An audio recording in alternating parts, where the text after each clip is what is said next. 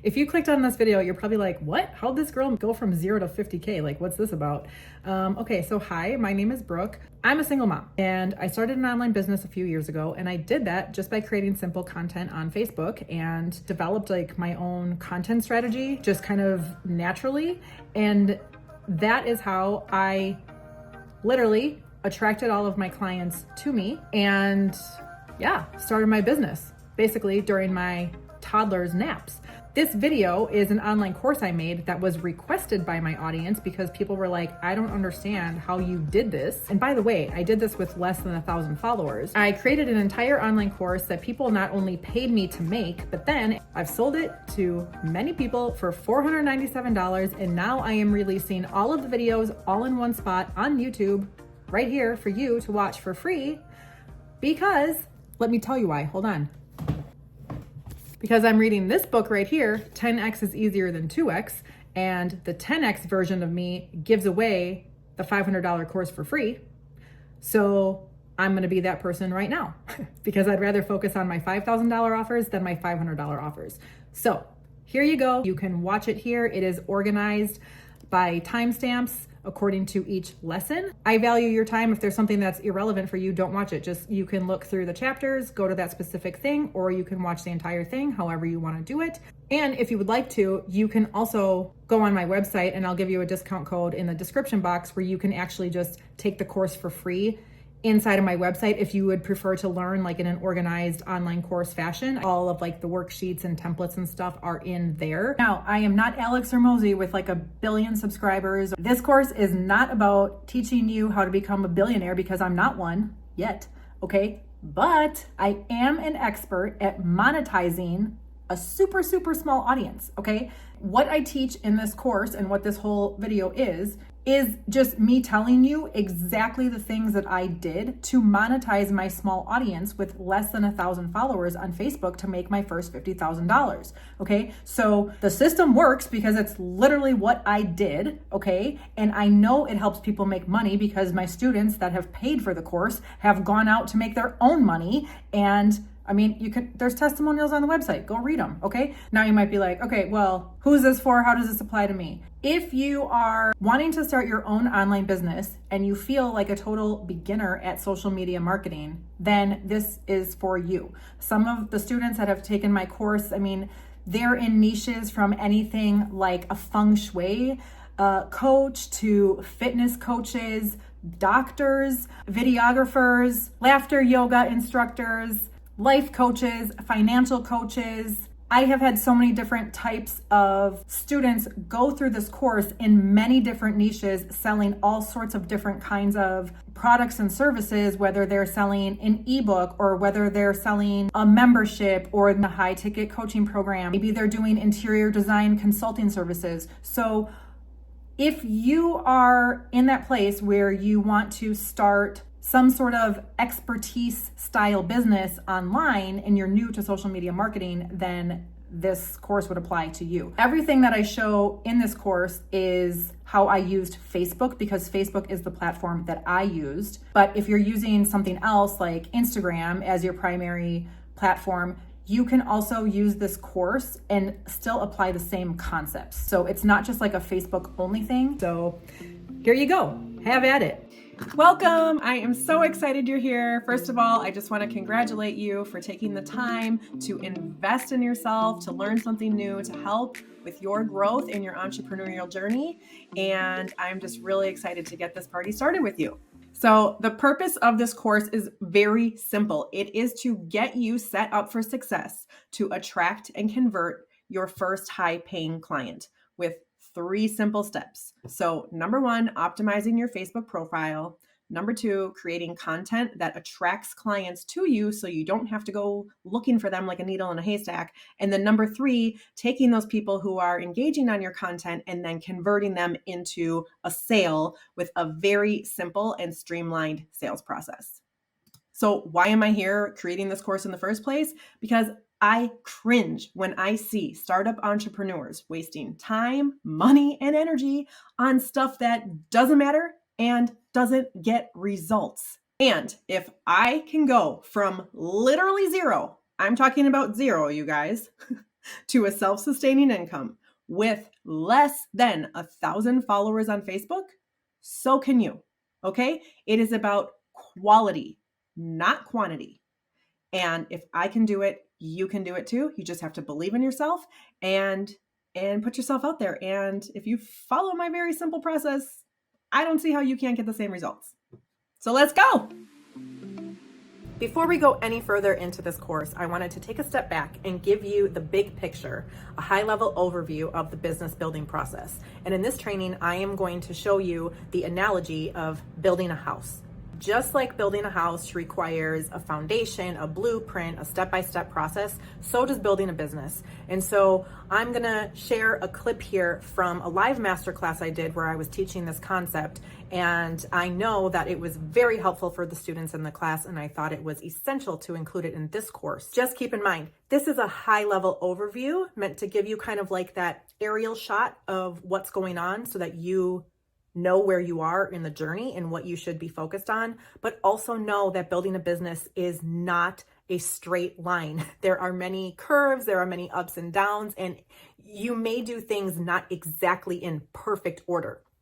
There is no such thing as perfect order, but when you take a step back and zoom out and see the big picture, you will have a very good understanding of the key things that you should be focused on right now. And then once those are up and running, where you're going to be going next, and everything will make a lot of sense. So let's dive into it. So we're going to go with, what exactly should I be doing? I get this question all the time, and I know people stay lost in this like never ending confusion. Some people stay stuck here for like a couple of years. Like they're just spinning their wheels because they don't know what they should be focusing on. So I drew a visual representation of kind of the order that you should think about doing things, because like I said, it's one step at a time. You just need to know which step you're taking, like which is the next right step. Okay.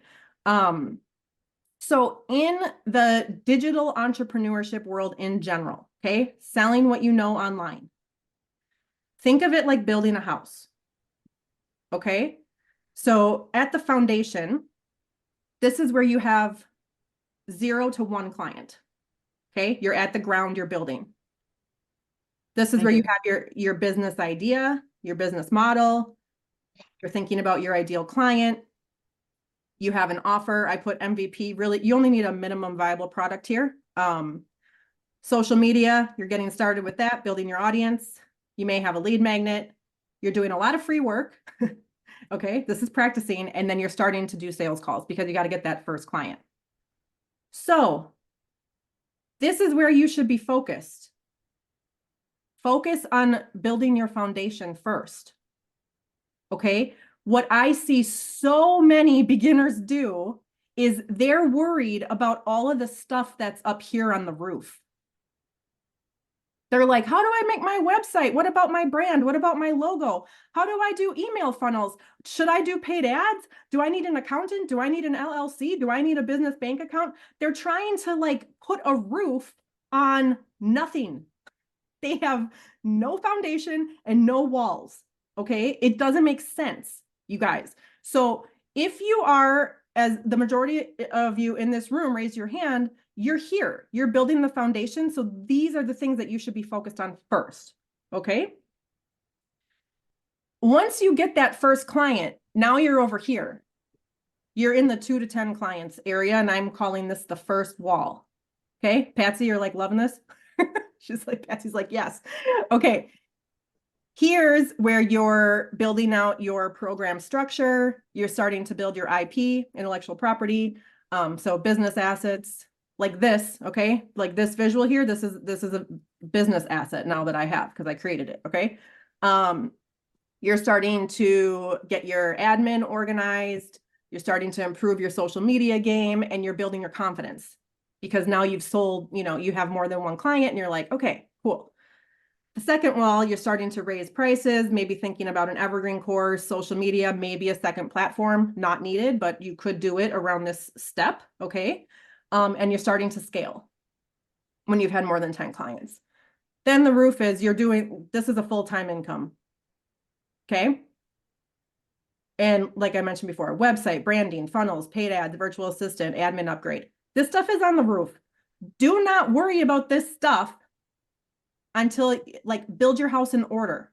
Okay. Start with the foundation, then a wall, then the second wall, then you can worry about the roof. Okay. Here is some fun math. Okay. I remember what it feels like to be at $0. Like I've been there before too, guys. Okay. I started at 0, just like everybody else. I know what it feels like to feel like self-sustaining income is like really far away, but I wanted to just break it down for you because it's actually not. Like it's actually a lot easier than you're probably feeling it is right now. So if we're taking $5,000 per client as an example, at the foundation, 0 to 1 client, you're making 0 to 5K. Okay. On your first wall, you're at 10 to 50K. Second wall, you're over 50K. And by the time you're on the roof, you're at 100K. Like it can happen. You just need an offer that's worth 5,000 to just follow this. Like it's actually a lot easier than you think. Okay. I'm going to show you that. So this slide, I wanted to show you some of the emotions that you're experiencing so that you can know you're not alone. Okay. So when you're at the foundation level, you're feeling like you're on an emotional roller coaster. Okay. You're excited about your vision, but you lack clarity and confidence. When you're here, you're just feeling this emotional roller coaster. Just know that this is part of it and just be along for the ride. Okay. Like emotions are just emotions. They move through you and it doesn't have to define, it doesn't define whether you're going to be successful or not. Just know that this is how it feels to be an entrepreneur and it's okay. Okay. When you've got that first wall up, you've already closed your first client and now you're in the 2 to 10 clients zone. You're like, wow, like this actually works. I can actually do this. Like there's a surprise element here. So you're surprised, you're proud, and you're feeling hopeful because now you have validation that like people actually want what you're selling because they're buying it. Okay. So it starts to feel a little bit better here. When you're building the second wall after you've had 10 clients or more, now you're feeling confident, you're in the flow, and you're building your momentum. Like the momentum's been building the whole time, but now you're like really feeling it. And this is where you may actually be spending so much time delivering what you sold and less time developing the business because you're really focused on delivering for your clients. Okay. And then when you get to the roof, you're like, heck yes, I'm unstoppable. I'm on fire. I feel like I'm living into my purpose. You feel like you're living your full potential. Like I'm on the roof, guys, and like this is how I feel. Okay. So but this is just the journey. Okay. And you will get there. You can get on the roof too. Okay. You just need to not give up on yourself because like literally that's the only way you can fail is if you stop trying. So just keep going. Okay. Now you're probably like, okay, well, I'm building my foundation. What the heck am I supposed to be doing? So I put down activities. These are the things you should actually be doing here. And I will share these slides with you after the event today so you guys can have this, okay? So you should be doing a business model audit. Like, does your business model even make sense? I've seen so many people waste like 2 years on a business model that makes no sense whatsoever, not tied to their financial goal, like not even going to happen. Okay. So it's like, you need to have a business model that makes sense in the first place. You need to audit your ideal client. Do they have purchasing power? Like that's one of the main questions you should be asking. Where are they hanging out? Like you need to put yourself in front of your client and make sure it's the right client. Okay. You should be creating content consistently on one platform. Just start with one. Don't put yourself on 100 platforms at the beginning because it's not effective. You only need one. Okay. You should be engaging and building your audience. You could create a lead magnet here. This is optional, but it's in my own journey. I found this to be really powerful. So like an ebook, a guide, a checklist, something that you give your potential clients for free. It gives them a lot of value up front, and they get to understand your style, basically like your teaching style, okay? And what kind of value you have for them. You're doing free work here, so you're practicing on free clients, and you're selling, okay? This is a key component that people miss, okay? But you need to actively be selling. Sales do not fall in your lap. Like, you have to actually make offers and ask for the sale to get clients to pay you. And people are missing this step because they think they're just going to magically get money in their bank, and it doesn't work like that. Then when you're on the first wall, okay, which some of you in this room are in the first wall here, you're delivering your service or your product, you're building assets like your program content, you're still creating content consistently. This never stops. You have to be like a content machine. You just got to keep making it. Engaging and building your audience, that's an ongoing activity, and selling, that's an ongoing activity. Okay, we are cutting the clip there. Why? Because if you are in this course, you are most likely at the foundation stage, or maybe the first wall, but most likely the foundation. And this course is specifically designed to teach you the main components of that foundation with social media and sales. Now remember, use this analogy of building your house as a guide, not a strict blueprint. Your path to success is going to be unique, filled with opportunities to learn, to pivot, to evolve, and all of that should be expected. So embrace the journey. Entrepreneurship is so much fun. Stay committed to your vision and keep building that house one brick at a time. So high five, boom, and cheer you on in your process of building your solid foundation for a business that you are going to love for years to come. Welcome back. Okay, so before we dive into the course material of optimizing your Facebook profile, learning how to create content that attracts, and then learning a very simple and streamlined sales process, I want to start off by setting you up for success with the right mindset. So here's a couple key points to keep in mind. Number one is to just have an open mind. This course is not just about learning new skills, but it's also about embracing a new way of thinking. There may be some things in here that I teach you that may feel very counterintuitive, and you might be like, how the heck is that going to work? Or, like, you may just not believe in it, but I would encourage you to just have an open mind and trust in the process, which leads me to point number two, which is to be willing to experiment, be willing to try new things, be willing to make yourself uncomfortable. So remember, the strategies, the methods, all the techniques, all those little tiny nuances that I'm going to teach you are tried and tested, and they have become a proven strategy for what works really well for me. Remember, there is more than one road to Rome. So maybe something that works really well for my personal style based on my personality might not work for you. You may have to tweak it a little bit to make it your own, and that's perfectly okay, and I actually encourage that. However, I will just ask you to try new things before you write them off and say that they don't work or that they're not for you. It's kind of like, when you're going to try a new food, you can't really say you don't like it if you didn't actually take a bite. So the bottom line is try it before you knock it. And then number three, take what serves you and leave the rest. I have been studying the digital making money online space for over 10 years. The way that I view online courses like this one is it's another tool that you're adding to your toolbox. So I don't believe that there is just one course that is the answer to solve your entire business.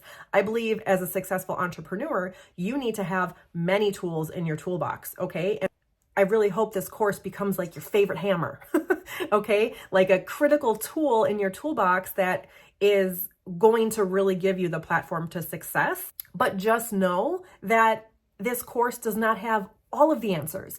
And another thing I can tell you from being a student is some of my favorite online courses that I've taken, when I look back at the big picture, and out of all of the things that I learned in that course, sometimes there's just one or two top things that I learned that were critical in moving me forward in my journey. And those things alone made the course totally worth it, okay? So there may be some things that I'm going to teach you in this course that you might be like, oh, I already know that. Okay, well, that's great. I expect that you will know some of these things that I'm going to teach you, but you don't know all of them. Okay, or maybe you know something already, but maybe you're not really, you might know it in your head, but you're not actually like living it in real life. So Just again, to recap, have an open mind, be willing to try new things, be willing to make it your own. That's encouraged and that's okay. And you have my permission to take what serves you and leave the rest. At the end of the day, I just want you to be successful. That is my goal. So by the time you finish the end of this course, I want you to visibly be able to see and feel that you have made extreme progress in your journey and that you feel really confident to go out there and start closing sales. So let's get into it. Let's get started. Welcome to Facebook Foundations. This is where we are going to optimize your profile so that you have the best chance of getting seen and discovered by clients who can't wait to work with you. So let's get into it. The first thing that you're going to want to do is turn on professional mode on your personal profile. Why? Because when you use your personal profile in professional mode, Facebook will give you the highest reach, the most visibility possible without paid ads. So this is the best way that you can set yourself up using your personal profile in professional mode to reach the most amount of people and grow your audience and potential clients organically. Organically means without paid ads. And something to note here is this is a fact. This is not my opinion. When I have coached people to use their personal profile, I have come across so much resistance. People are really hanging on to thinking that they need to use a business page and that will make them look more professional, or I don't really know what. I think it's because back in the day, the business page used to be like the thing for businesses, okay? But that was when there were only two options, when it was either use your personal profile or have a business page. So professional mode is a relatively new feature that is really like a blend of the two. It's like the best of both worlds. Your personal profile is for personal use to share pictures and stay connected to family and friends, okay? Facebook will push out your content to your friends. So that's how the algorithm works. You have your friends who are just people that you know in real life or that you've met online, whatever. And whenever you make a post, you're writing something funny or sharing a meme or sharing a video or posting your own pictures of your kids, Facebook will push that content to your friends in your network, okay? Over here is the business page. This is for established businesses who want to use paid ads, okay?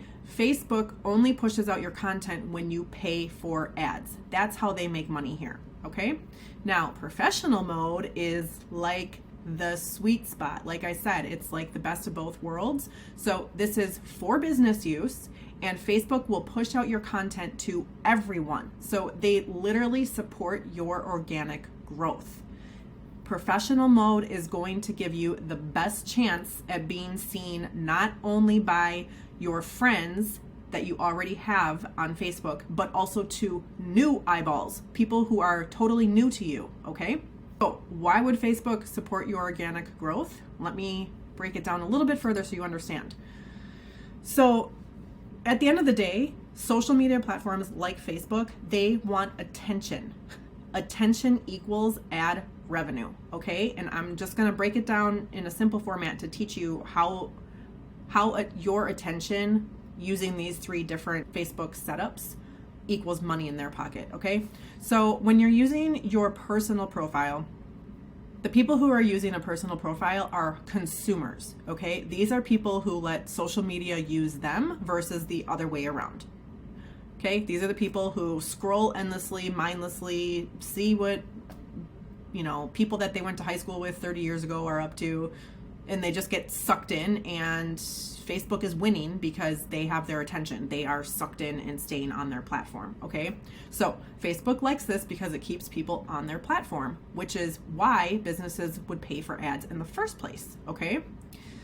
Now, over here for the business page, Facebook only makes money here when you pay for ads. That's why your content won't get a high reach organically, okay? Because when you have a business page, Facebook's main goal is to get your money for paying for ads, okay?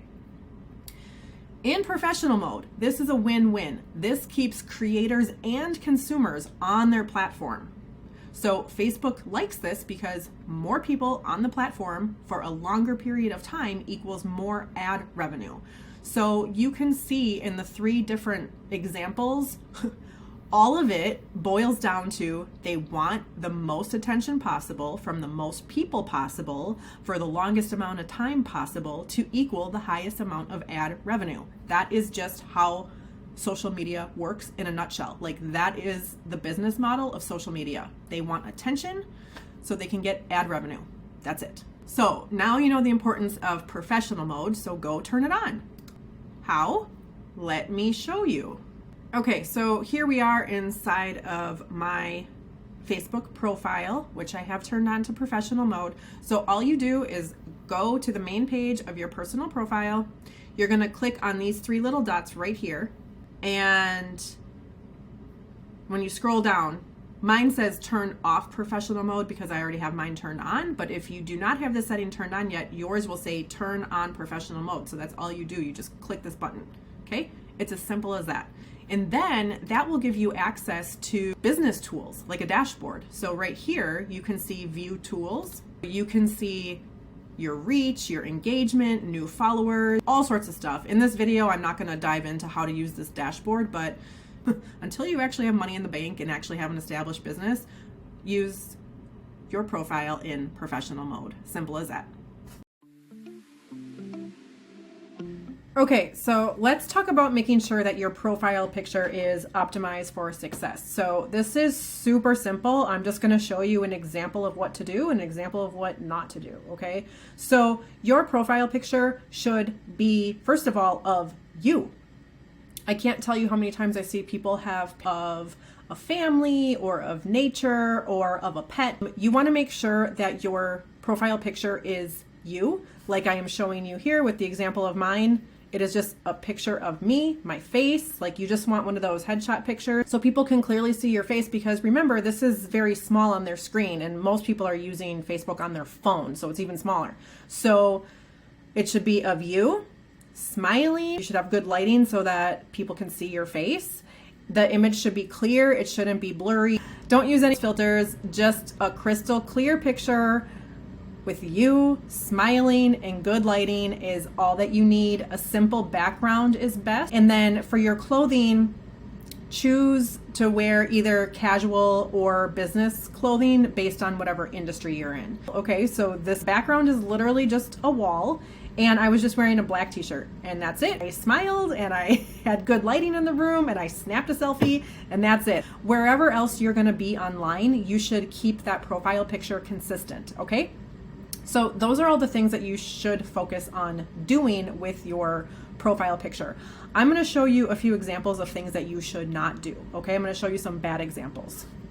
Okay, now, no offense to anybody, like these examples that I pulled up, they're just random people I found on Facebook. Okay, so I'm so sorry, Allison Kelly or anybody else that is going to see this video. If you are seeing this and I'm pointing you out as like a not to do, like don't take it personal, but it's just a fact. Don't do these things, okay? So you can see here, this person has her profile picture as the Golden Gate Bridge. This is a red flag. This looks like a fake profile, but we'll never know because we can't see her face, right? Okay, this one. I mean, this is a really cool image, but this is not what you want to use for your profile picture. It's just the back of this person. We cannot see their face. Like, again, cool photo, but not a good choice for a profile picture. Here's another one. Not a good idea for your personal profile.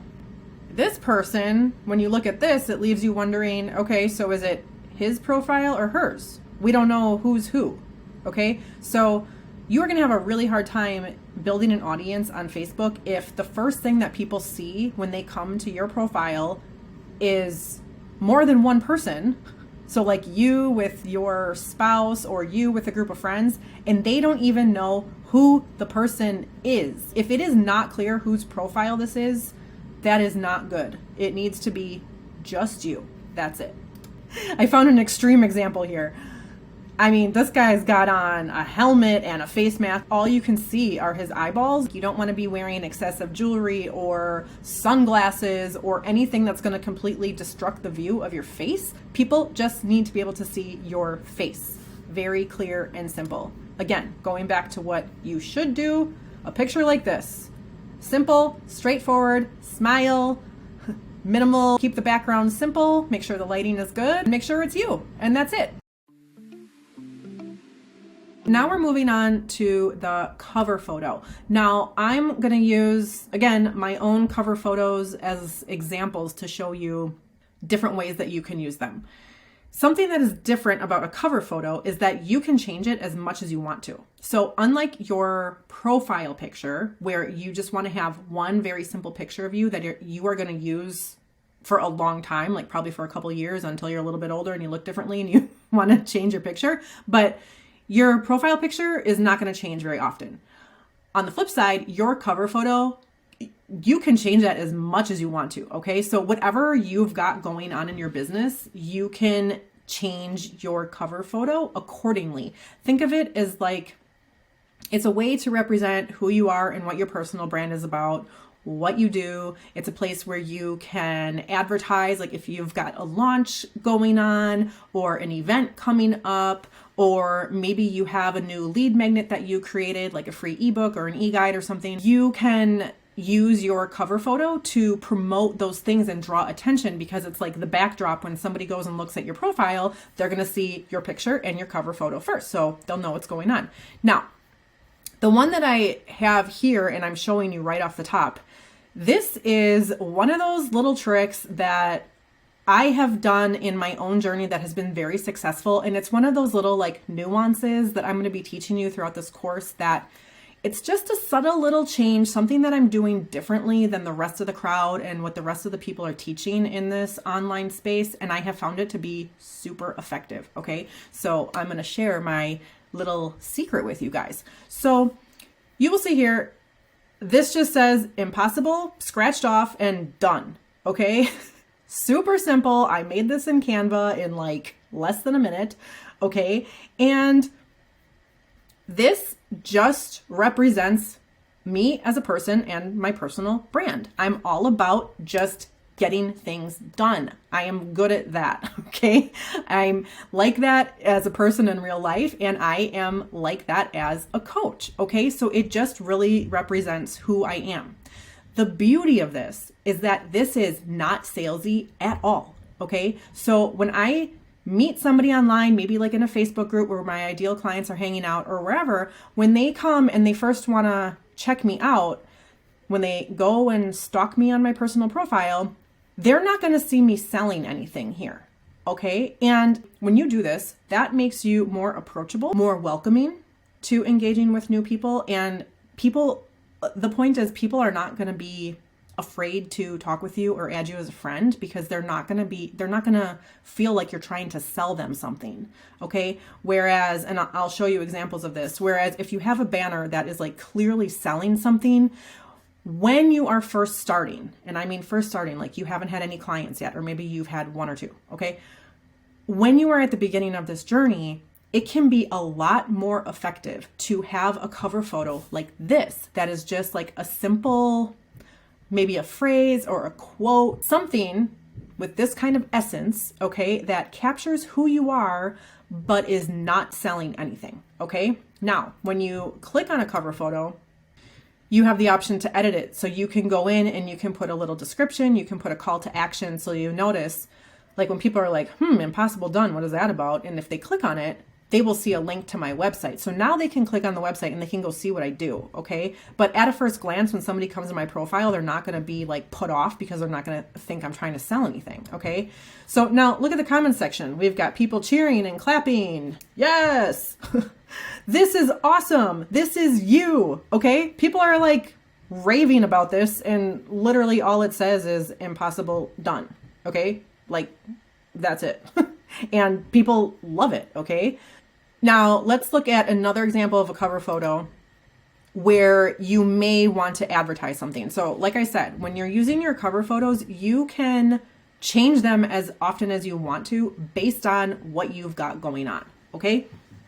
So here is an example of when I was promoting a free live event that I was doing. So if you are going to be hosting an event or launching a new product or something, then because you're in selling mode, then you can update your cover photo for that time being to advertise what you're doing, okay? So I have the free live event, the title, the time and the place, and then I have a button, a call to action button with a little arrow on it, like, click here.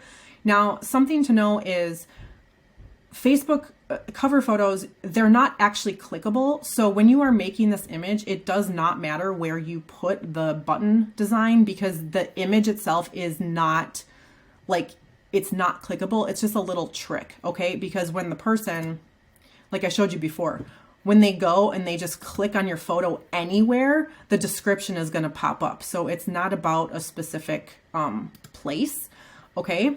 So you will see this cover photo I used to advertise this free event I was doing. And then in the description, I put just a little description of what the event was about and register here. And then I had a link to the registration page for the event. And here's another example of a cover photo of where I'm advertising a free guide. So this free guide that I made, the strategic course hosting, this is a lead magnet. Now, if you guys make a free guide or a free ebook or a free resource of any kind, you could update your cover photo to advertise what you're offering for free. Okay, so you can see here, I have a nice mock-up image of it, free guide, strategic course hosting from liability to asset, find your ideal platform. I've got, again, I have the button image, okay, with an arrow to it. You don't need to have the arrow. It's just something I like to do. This is kind of like my style. And then when people click on this photo, they will see this, grab your free copy here, and then they click. This goes to the landing page where then they can opt into my free guide. Another nice thing about doing this too is that you will see people will start to comment. So people who have downloaded my free guide, they're commenting here in the comment section. And this is like free testimonials that I didn't even ask people for. So this is pretty cool, because then when a new person comes to look at this and they see, oh, she's got this free guide, and then they click and they see what it is, they grab your free copy here, and then of course they're just naturally going to see the people in the comment section, what they're saying about it. Like, that's all really good advertising for you. So again, there's a time and a place to use what I call option number one, like the go rogue option, like this, where you're clearly not selling anything. You are just having something that represents you as your personal brand, or having an option like this, where I'm clearly advertising a free event. Like, well, okay, then it's a time and a place to sell. Okay. And there's nothing wrong with letting people know what you do. So just update your cover photo based on where you are in your journey, what you've got going on at the moment in real time with your business. And then make sure, like, here's a tip, because I've made this mistake myself. Make sure that when you have the event that you change this cover photo immediately. Like, write that down somewhere, because I've done it more than once where I have advertised something that was like an event that was at a specific time and date. And then like 3 days later, I still have this as my cover photo. And I was like, oh my God, like I look like I'm totally not keeping up with things. That's okay. So just something to know, like if you're going to advertise something that is time specific, write down a note for yourself that you need to change the cover photo after the event is over. Okay. In the next video, I will show you a quick tutorial of how you can use Canva to make these cover photos really easily. I'm here on the home page of Canva. Just go right into this blue section right here. What will you design today? And type in Facebook cover. Okay, and then you can either choose one of the templates right from here, from this page, or you can go to create a blank Facebook cover. So like in the last video where I showed you the one that I made that says impossible done, I just created a blank one and I literally just wrote some text and slapped it on there and downloaded it. That's it. But if you want to have something that is a little bit fancier than the one that I've got that just is text, then grab a template here and then you can edit it. Don't spend too much time on this. Like, this is just one of those things where people waste a lot of time on stuff that doesn't matter. This is one of those things.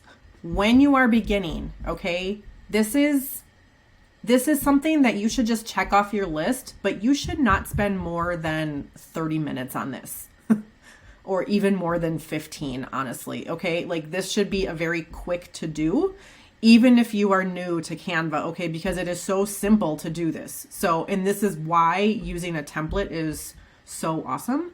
So for example, something like this. Okay. Let's just grab this template.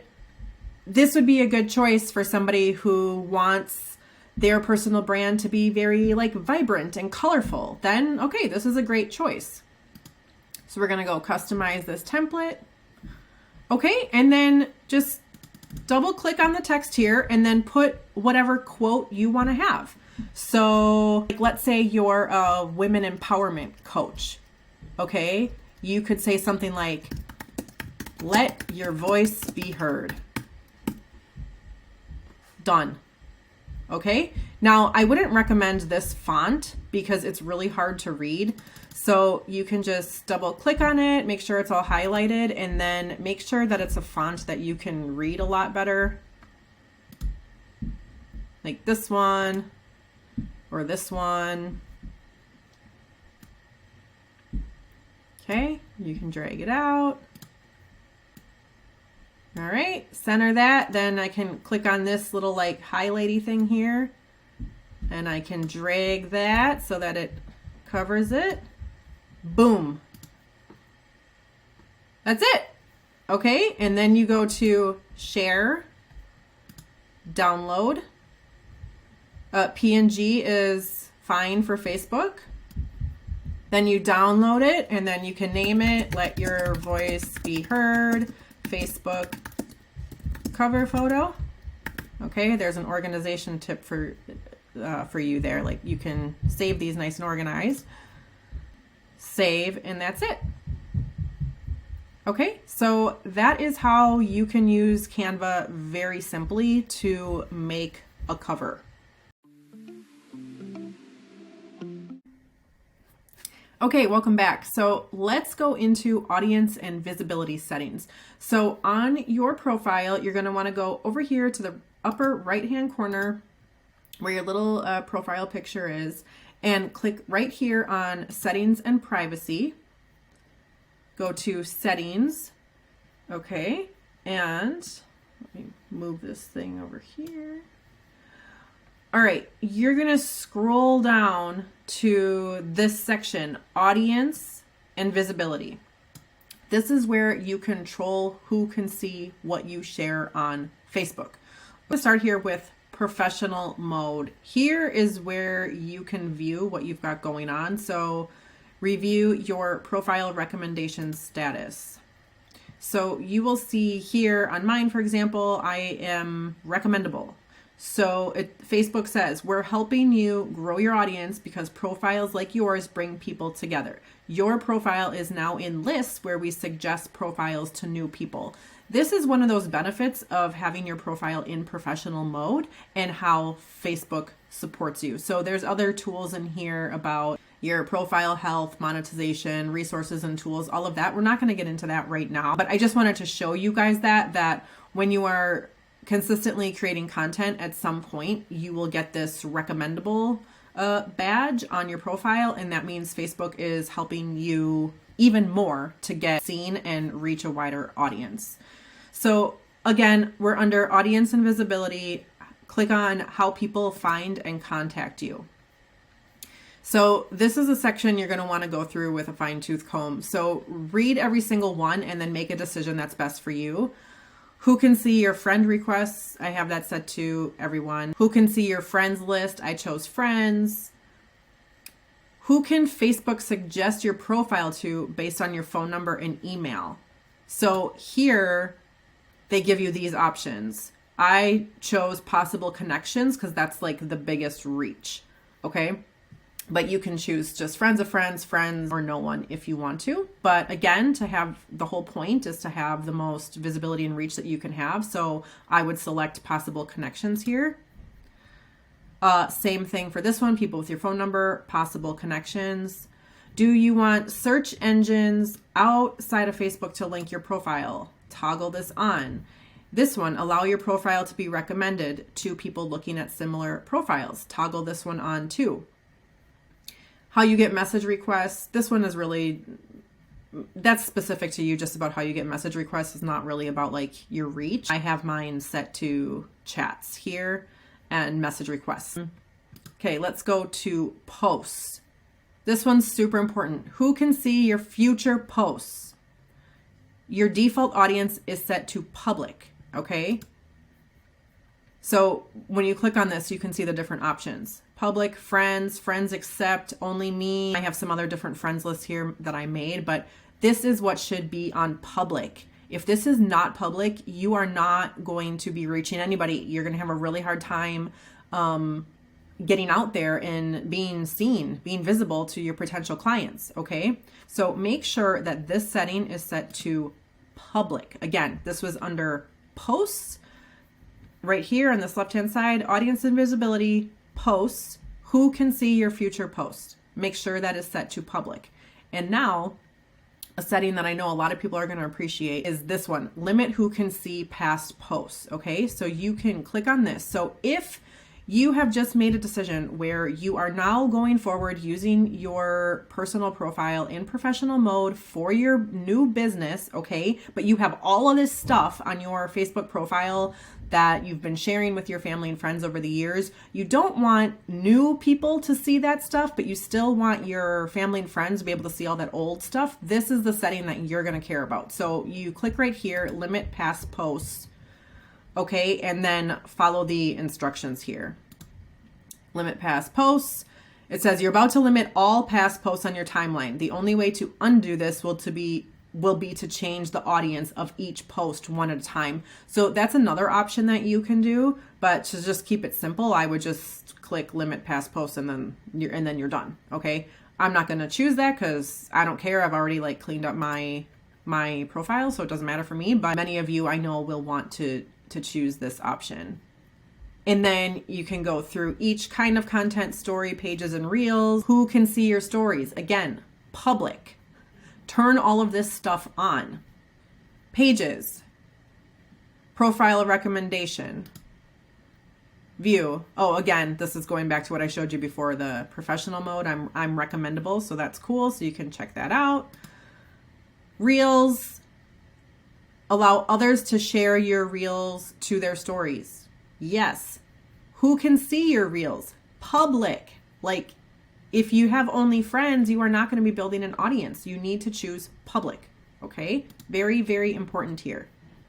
Followers and public content. Now here's another one you can go through with a fine tooth comb. Who can follow me? Public. Okay. You want this to be set to public. Who can see your followers on your timeline? Public.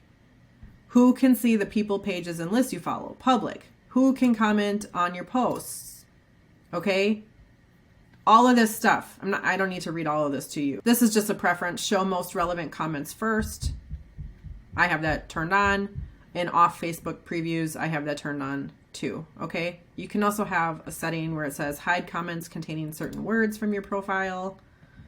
You can, that doesn't really matter. I don't waste my time on that. Profile and tagging. Okay, this is super important. When you are using your profile for business, again, in professional mode, who can post on your profile? Really important here that you have this set to only me. You do not want other people able to just write whatever they want to or post a picture or share a video on your profile.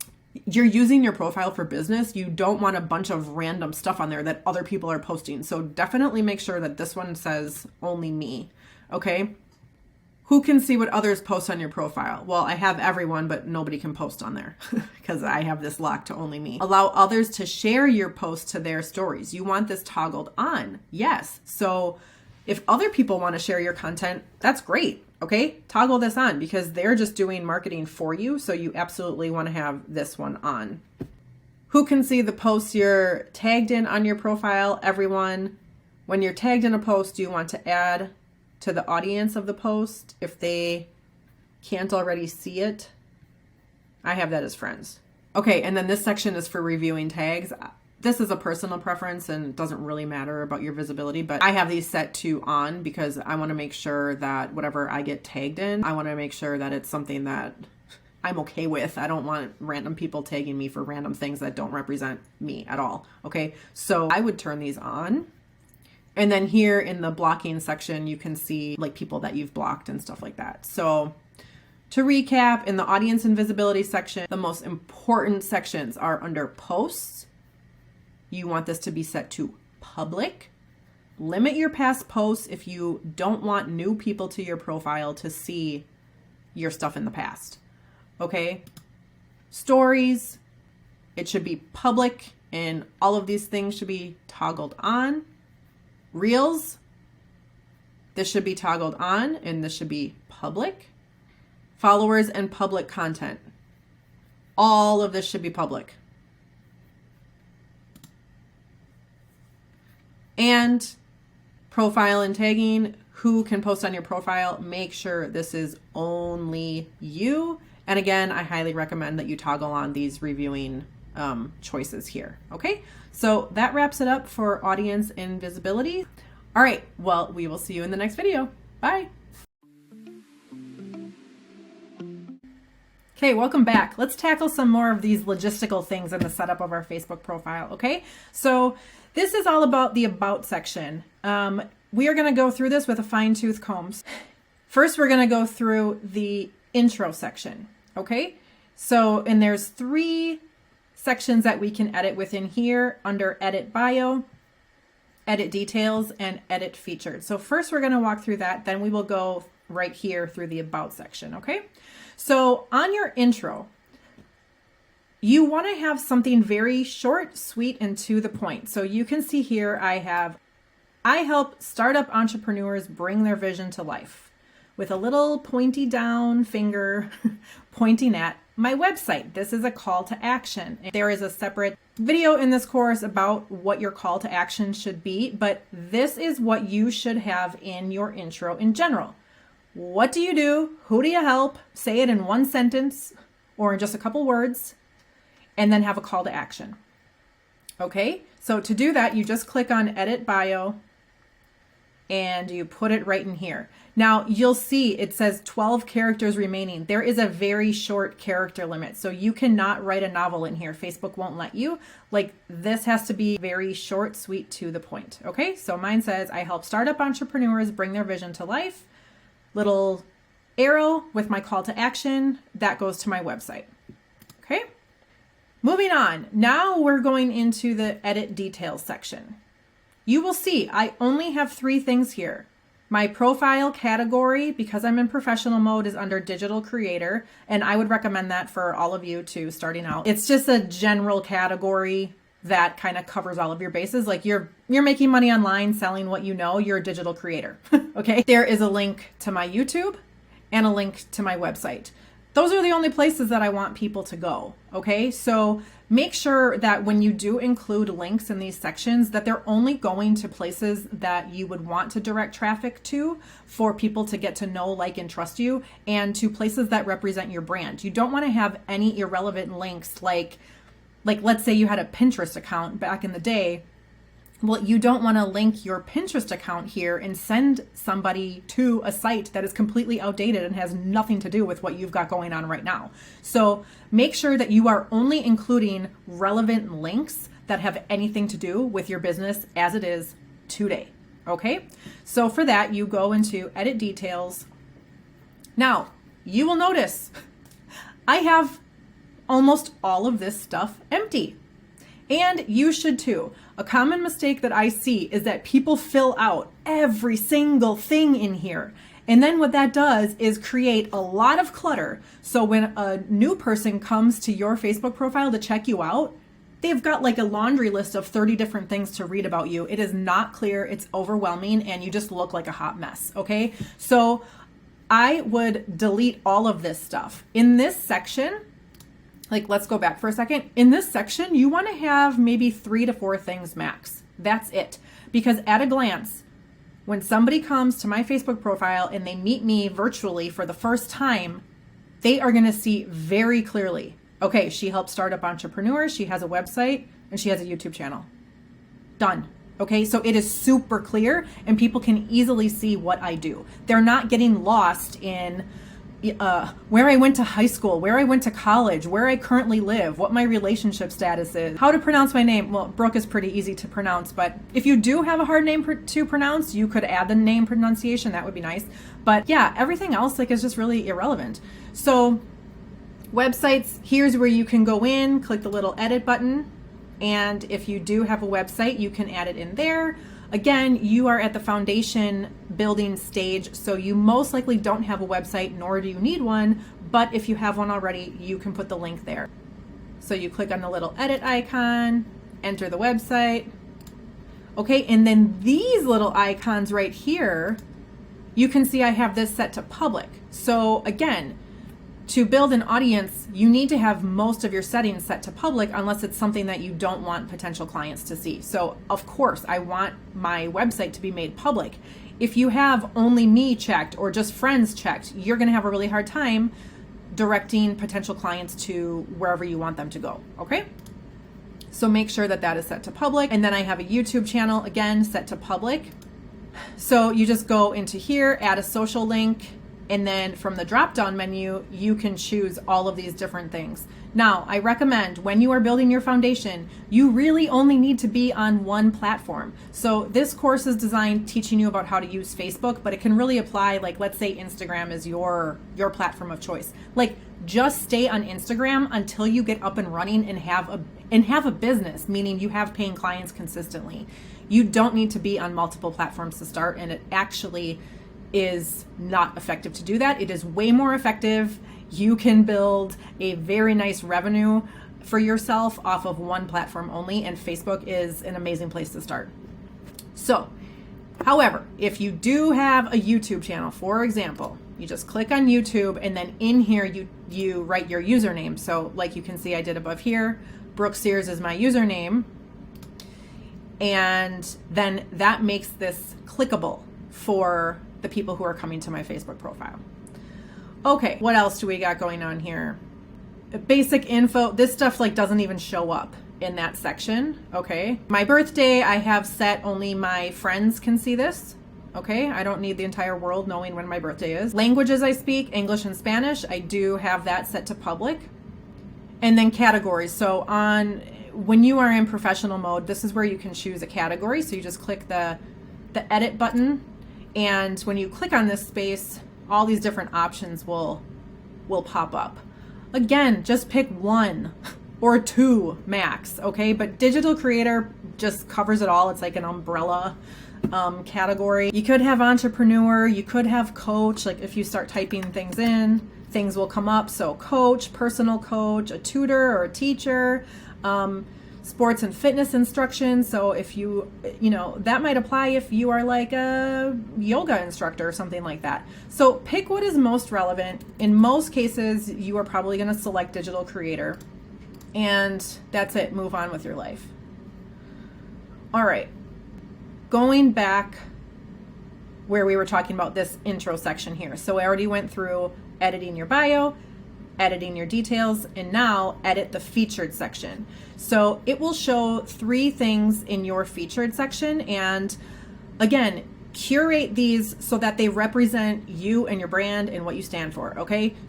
So you will notice on mine, I have a free guide, a post that I called Freedomversary. This was when I was celebrating my 2-year anniversary from abuse, and then my book, okay? Now, you may be wondering, okay, why is this in here? This doesn't have anything to do with your business. Well, actually it does, because a lot of the content I made that really attracted my ideal client to me was talking about how I was in an emotionally and verbally and mentally, psychologically abusive marriage, and how I escaped that and set up my new life as a single mom.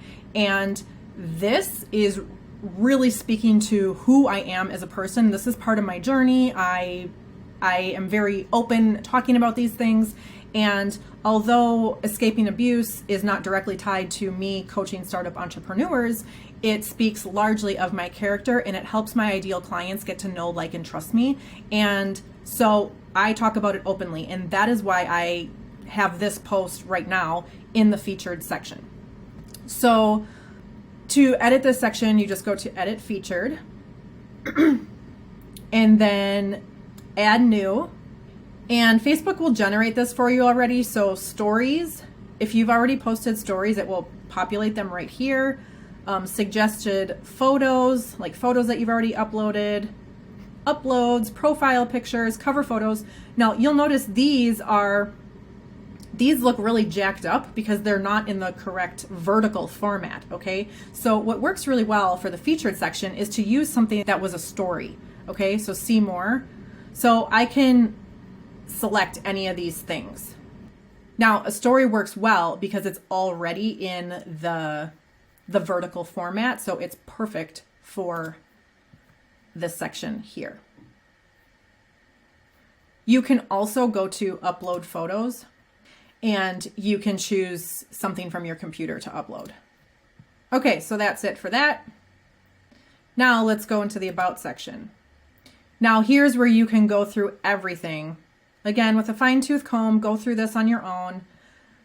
You can click on these little blue buttons to add all these things, but you'll notice that I have all of this blank. I don't include any of this on here for a reason. Again, it's completely irrelevant to my ideal client. Like, look, blank, blank, blank. Contact and basic info. Now, this one, again, with the little icons over here, you can see who it's set to. So I have info@brooksears.com. So I made my business email visible to the public. Now, this email right here, brooklynsears@gmail.com, I have this set to only me. Why? Because this is a junk email and I don't want anybody, like, I don't want anybody emailing me here. If they're going to email me, they can email me at my business email. Okay. And then again, here is another area where you can edit the website and your social links. It's just another way to get to that section. And then your basic info, like we talked about before.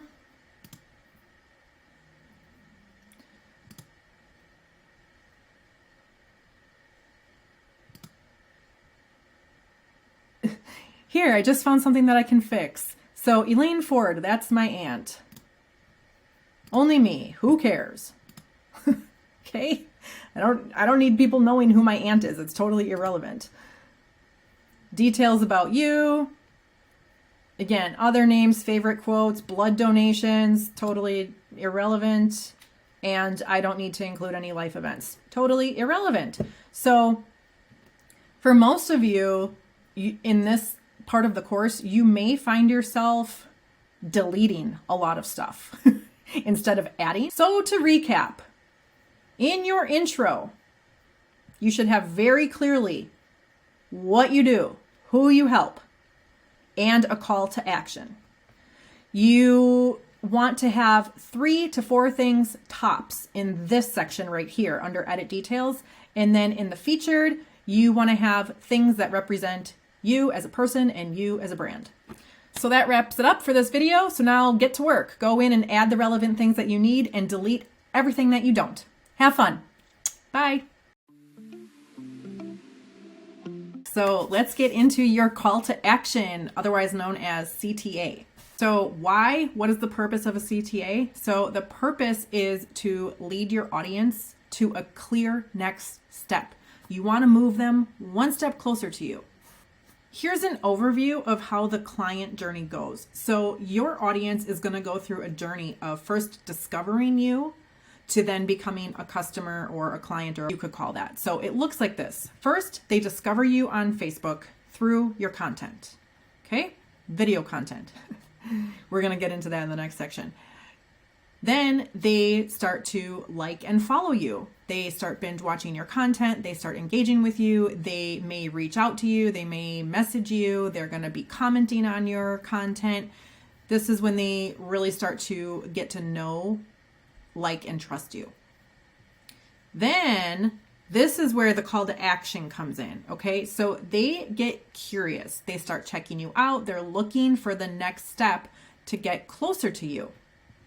If they're here and they're really engaged on your content and they're really just liking who you are and liking what you have to say and they like your ideas, they're going to start to identify you as somebody that can help them in their life with whatever. Okay. The point is, they become a person who would love to learn from you, who can eventually become a high-paying client. So this is where your call to action comes into play, because you need to give them a next step to get closer to you. And then they realize that you can help them solve their problem and they want to work with you. So again, there's other, under each of these categories, there's little micro steps under them. But this is the high level overview of the journey that somebody will go through, from starting off as a complete stranger to discovering you, to realizing that they really like you as a person and that they trust you and love what you have to say, and then checking you out, seeing how they can get closer to you, and then realizing that you're somebody who can help them in their life, and they're going to be very glad to hand you money to help them solve their problems faster, because smart people pay for speed and smart people invest in themselves. So now you're probably like, well, great. Well, okay, I get that, but what should my CTA be? So I made a little flow chart here. So let's go through this. Your CTA should be straightforward, telling visitors exactly what action you want them to take. Okay? So ask yourself this first. Do you have a place to send them to? Yes or no? If yes, then pick the place where you want to send them first. So examples could be a website. And again, I don't expect that you have a website at this stage, but maybe you do. Maybe you've created a landing page. So maybe you've used another platform to host a digital product, or have a landing page for like a coaching offer or something like that. You could have your call to action go to that landing page for that offer. If you have multiple products, you can use a platform called Linktree, and I'll show you what that looks like in a second. That is like a mini website. It's really awesome. Or you could lead them into a private Facebook group where you nurture your warm leads, okay? If you don't have a place to send them to, then just let them know how they can contact you. So examples are DM me for more info, or email me, and then have your email address there for them to see, okay? So very simple. Okay, so I just wanted to show you quickly inside of Linktree. So this is a platform that I used to use before I built my website on Kajabi, okay? So, and this is what the inside of the dashboard looks like. So it's super simple to set up, and you can start with a free account. The only thing with a free account is that the Linktree's logo will be on there. Do you see right here? But it's not really a big deal, especially at the beginning. So this is your dashboard, and all you do is click on add link, enter the URL right there, like simple as that, okay? And you can see here, I've put in all of these links, okay? And you can also edit the title. And then it looks like this. Okay, so this used to be my call to action. I used to have this link right here, Linktree/Brooke Sears. This was the call to action in my Facebook intro before I made my website, okay? And I highly recommend this platform, using something like this if you have a few different offers already, okay? So you can see here, you can give yourself a little title. I had online business coach. I had my book here. This is a digital version. This is my book on Amazon. This is a masterclass I had, an online course I created, my YouTube channel, and then send me a message. And then you can also have social icons down here. So I had my Facebook icon and my YouTube.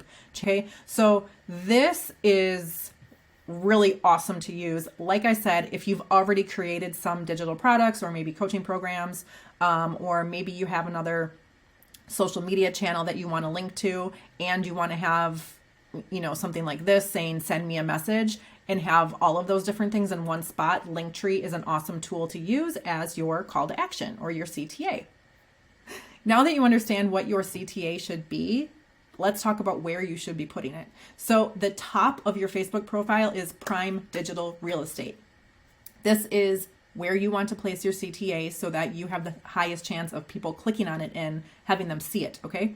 Consider incorporating it into one or all of these areas: an intro section, the about section, or your cover photo description. Remember back in the cover photo lesson, I talked about how you can click on the cover photo and then add a description. That is another place where you can put a CTA. So all of these things are at the top of your Facebook profile. That is where you have the best opportunity to get them to take that next step to get closer to you and then lead them through that buying process that we talked about. All right, so now you know the importance of a CTA, so go add it to your profile. That is your action step for this lesson. So go to it, have fun. Let's clean it up. So we're gonna have some fun and we're gonna do an edit of my profile, okay? And let me back up and tell you the purpose of this. So as you went through this module of the course, setting up your Facebook foundations, we were doing a lot of adding in all of the right things. So you added in your profile picture, you've made a cover photo, you've updated your intro section, your about section, you've added a call to action, a CTA. So you've been adding in all of these essential things. And now the next step is to delete all of the stuff that does not support your goal, which is to attract your ideal client and convert them into a customer. So like we talked about in the about section where I told you, less is more. Like, remember in this section, edit details, you don't need to have all of this stuff because it is completely irrelevant. What you want to do is go through and do a complete audit of everything on your Facebook profile and make sure that it is relevant to your business, relevant to your personal brand, and something that you would want a potential client to see. If it doesn't support your personal brand or what you're selling, delete it. Like, there's literally no purpose. And if you don't want to delete it, you can also hide it. Okay, so I will show you how to do that as well. So let's just use my profile as an example and let's just go through and I'll show you how I would do. So all this stuff is good. Cover photo, profile picture, about section, blah, blah. The featured section. So something I'm going to check on mine is the photos, because sometimes people, when they're checking you out, like when they're online stalking you, they'll go in and they'll click on your photos and they're just going to see everything that you've got going on. Okay. So I'm just going to go to see all photos. Now, at a glance, you can see here that everything really like paints a picture. You can see that I'm in the online space. Like it's very obvious, right? So there's different events you can see. This impossible done thing, like I told you about, just really captures my personality and who I am as a coach. An event, a free guide I have, an inner circle membership I have. This is, a Zoom room with clients. I have a partner that I do a lot of collaborations with. This is some banners of some work I've done with him, some testimonials going on. Then you see some things here. This is affiliate marketing that I've done. So now I will say you should delete other people's content. Like, you should not be sharing other people's content unless you are an affiliate. So you will see here, I'm advertising things for Dean Graziosi, Tony Robbins, Eben Pagan. I got to be an affiliate for those things. Okay, so that's why their stuff is on there. Okay, now here's some older stuff. And now again, I haven't done an audit myself in many months, so I'm just going to do this on the spot with you. Last year I was in a Supermom contest. It was a global contest and I actually made it really far. But anyways, that is not really relevant to the journey right now. It does speak to my character and the fact that I had so many people supporting me. So I kind of want to leave a little trace of that, but I don't need to have this many photos of it. So let's go through and delete. Let's see, what's this one about? Currently first. I'm going to keep this one there. Currently first again. Okay. Maybe I'll delete the...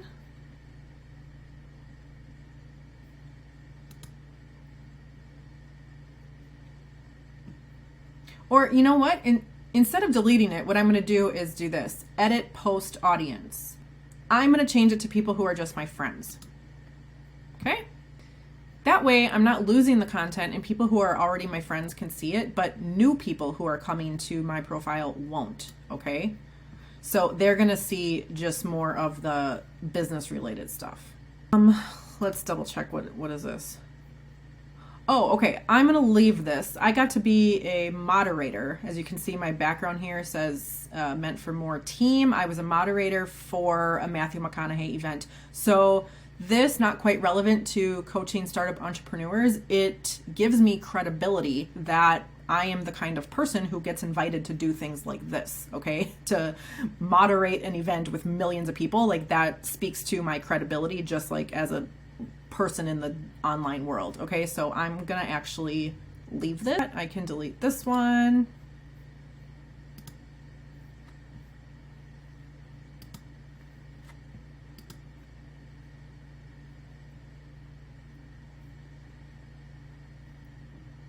Let's see. This was an old cover photo that I had made at one point. So, you know, here's just a good example of a cover photo that made sense in the moment. I had a book out. I was really focused on being a course producer and a coach. Like I was really producing a lot of courses. So that's why I have this there. I don't do that anymore. And I had in the running for Supermom. I was just capturing, like in a nutshell, what was happening with my personal brand and business at the time. This is not relevant anymore. So I'm going to delete this. Is a personal thing with me and my daughter. I'm just gonna edit the audience and just make this for friends. Oops. And what's this?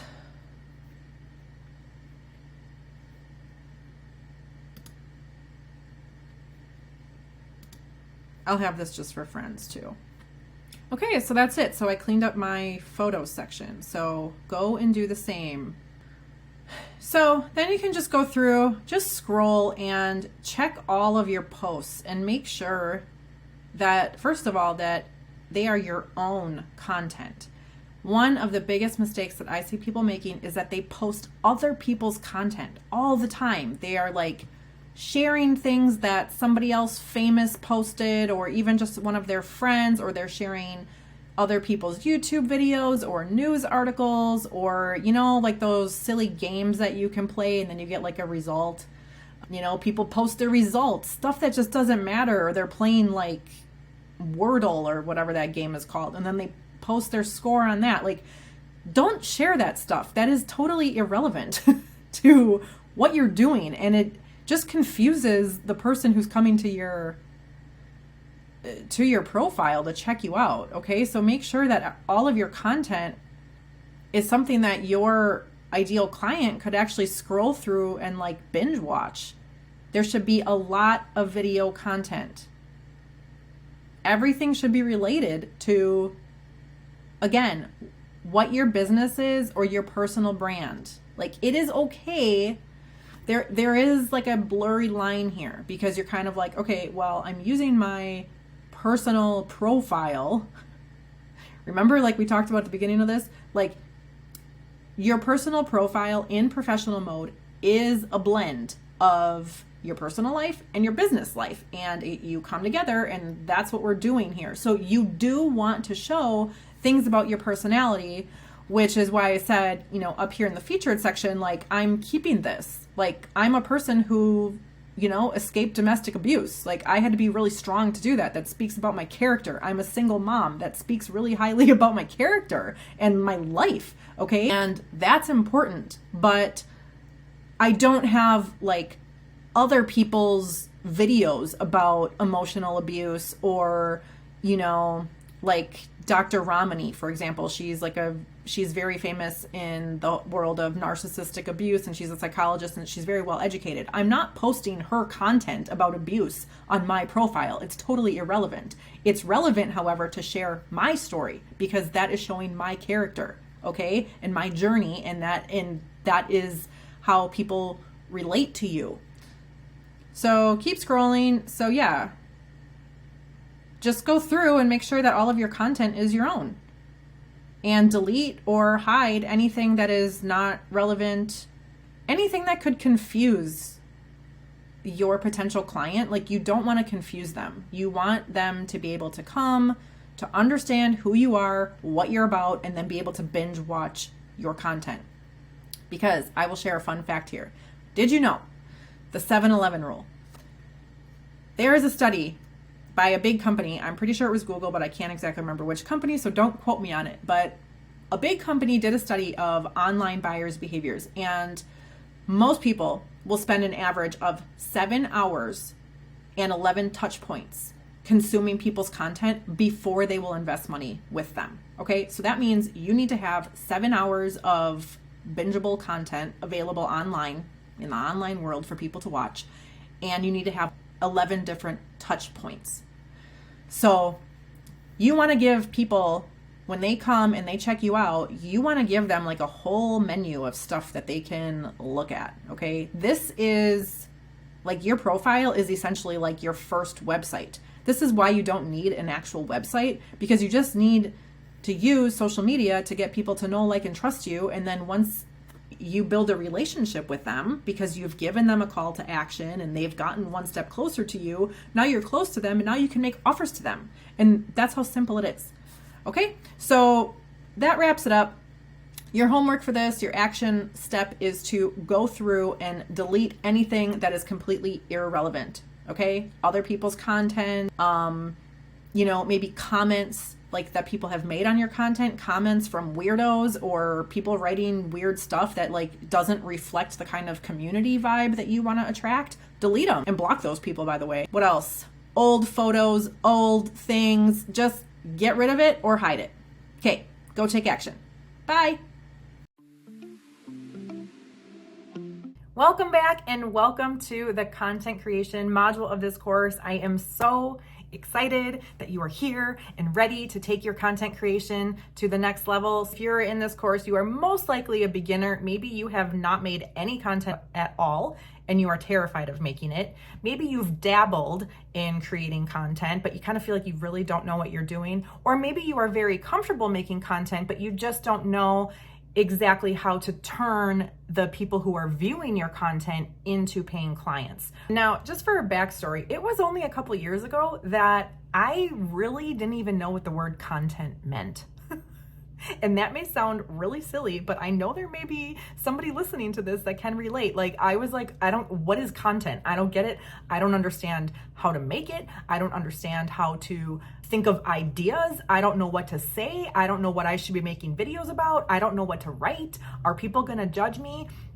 Like, I had all of this fear around creating content, and I felt so like I just didn't know what I was doing.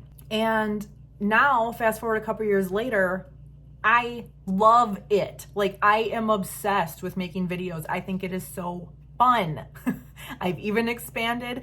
Like, I first built my audience and built up a self-sustaining income on Facebook only, and you should only start on one platform as well. But I love creating content so much that now I've expanded into creating a YouTube channel as well. And every single day, I am just constantly thinking about different video ideas, and I can't wait to film them. Most of my ideas come in the shower, and I can't wait to get out and get my hair somewhat dry so I can look somewhat presentable for a video. But I love creating content, and I know if I can go from not knowing what content is or how to make it to now teaching other people how to create content and then turn those followers into paying clients.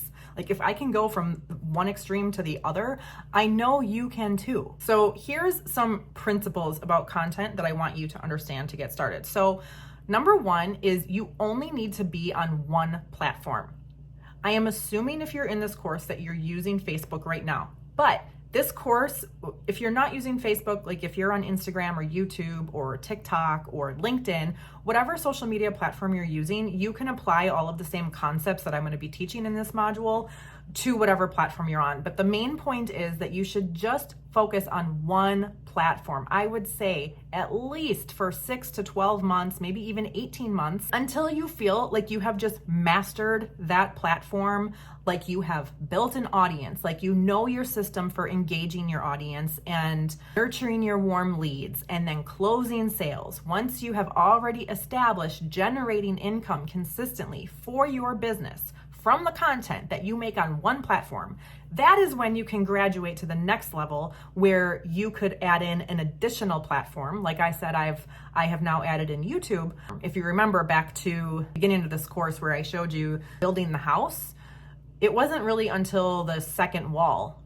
There's the foundation where you are now taking this course. There's the first wall and the second wall and then the roof. So Adding in an extra platform isn't until the second wall for a reason. Like, just be on one platform. You can make a self-sustaining income so that you don't have to have a 9 to 5. You can do this as your full-time gig with one platform. And that is not my opinion. That's just a fact. There's millions of people out there who have created self-sustaining incomes off of one platform, and Facebook is a really awesome place to start. But pick the platform that you feel the most comfortable on, that you hang out on the most, and that you're just most comfortable engaging with. What you don't need to do right now is waste time with a learning curve on a different platform that you don't feel very comfortable on. You want to start creating content where you already feel comfortable, and Facebook is an amazing place. Principle number 2, remember this. People will buy from you when they know, like, and trust you. Just keep that fact in your mind. Maybe write it on a Post-it. People will buy from you when they know, like, and trust you. Principle number 3 is video content is a must. It's not just a must, it's a non-negotiable. So think of the people that you spend money on, that you buy their online courses or their products or their coaching programs. Did you meet them because you saw them just slap an inspirational quote on their wall? Or did you invest money with them because you saw them on video and you feel like you know, like, and trust them?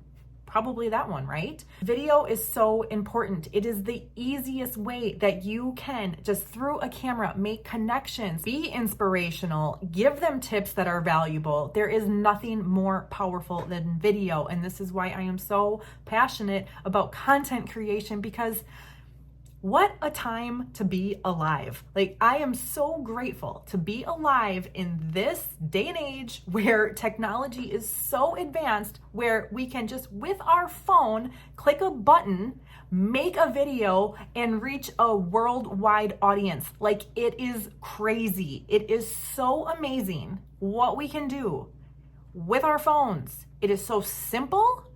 You can reach an infinite amount of people. When you do that, the sky is the limit on the amount of income that you can generate from building your audience. And what I love so much about it all is when you do content creation right, which is principle number 4, authenticity is key. Authenticity wins over everything else. It doesn't really matter about your lighting or about your captions or about music in the background or about how your hair looks or if you have makeup on. Really, none of that stuff matters. What matters is your personality showing through and you just being your authentic self, okay? So keep that principle in mind above all else when you are creating your content. Now, a tip that I will give you to set you up for success as you're going through this is just embrace where you are. So like we talked about at the beginning of this, maybe you are level 1, like you've never made any content before and you're terrified. Maybe you're level 2, you've dabbled a bit but don't really know what you're doing. Or level 3, you already love making content, but you just don't know how to make content that attracts your clients. No matter where you are, just accept where you are and know that with every piece of content you make, you're practicing, okay? Content creation is one of those things that it is an ongoing activity that will become part of your lifestyle if it's not already, if you want to be successful at making money online. I highly doubt that you want to go and start knocking on people's doors, like physically in person. I don't think anybody watching this video is going to go around their neighborhood and knock on people's doors and be like, I have this online course to sell, or I'm a relationship coach. Would you like to buy from me? Like, nobody's going to do that, okay? In the same way that nobody is just going to pick up the phone and start cold calling people. Like, it's not efficient, okay? Social media marketing is the most efficient and the most powerful way that you can reach the most amount of people, connect with them in the most effective way through video, and then turn them into clients, okay? And just know that this is now becoming part of your lifestyle if you are choosing to be in this online space. And what really matters at the end of the day is just being authentic and being yourself, okay? So we'll see you in the next video. Welcome to what I call the 3 C's of making money online. Now, these 3 C's are non-negotiable if you want to make money as a digital entrepreneur. At the end of this quick lesson, you are going to leave with a crystal clear plan of what to do and when, and it should only take you less than 3 hours per week. So one thing I know that many startup entrepreneurs struggle with at the beginning is there is so much advice online. There is so much noise. There are people telling you that you need to be on all of the platforms. You need to have Facebook and Instagram and YouTube, and you need to write a blog, and you need to have a podcast, and you need to have a newsletter, and you need to do all of these things. And then you are left feeling like you don't know where to start, you don't know when to show up, you don't know how often, you don't know what kind of content to make, and it can be really overwhelming. And I know many people struggle with this, and so I just broke it down into what I am calling the 3 C's of making money online to just simplify it for you so that you have a very clear understanding, you can see where you're going, and you have a clear plan of what you need to focus on that will actually move the needle to getting you results, which is paying clients so that you can say that you are actually in business. So let's revisit the house for a minute. You should remember this from earlier in the course where I gave you the big picture overview of the process in which you are building your business online. Okay, so this course is all about tackling the foundation. And now what I'm teaching you in this video is the 3 C's of making money online. The purpose of me showing you this is tying it all together so that you can zoom out and look at the big picture of where you're going and understand that these 3 C's that I'm about to show you are directly linked to building your foundation. Everything that we are doing has purpose, and I am only giving you information that you need to know. I don't believe in extra fluff. I don't believe in wasting time on stuff that doesn't matter. So I just want to get right to the point so you can understand very simply where you should be focusing your time and energy to get the results that you actually want to get. Okay, so the 3 C's are content, chat, and close. Close the sale. I'm just calling it close for short. C, I listed out the kinds of activities that you should be focused on doing. So under content, focus on live videos, reels, and written posts. Okay, with photos, I should add that there. But primarily video content is where you want to focus.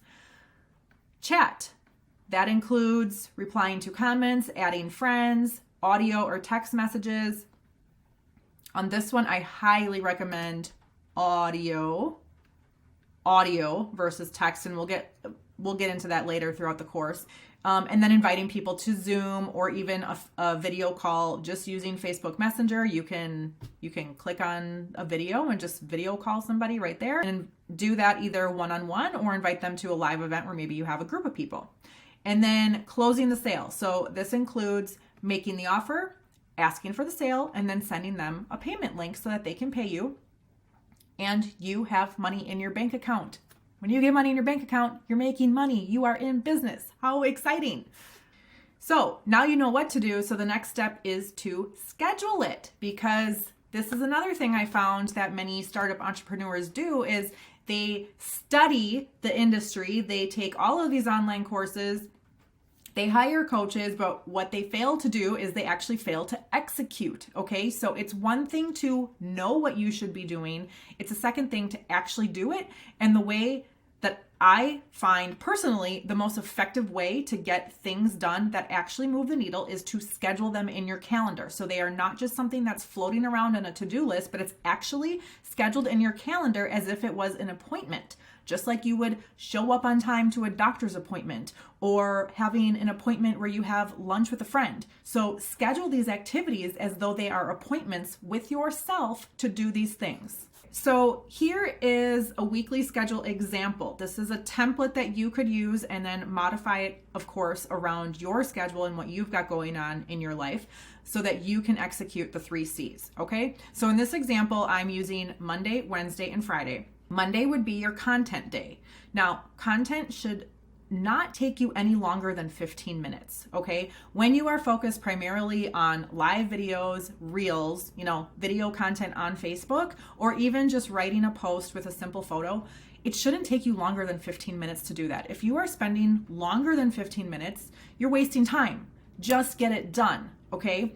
If you're gonna go live or just make a quick reel, it shouldn't take you longer than 15 minutes, okay? And in many cases, it should take you a lot less. Now, for chat.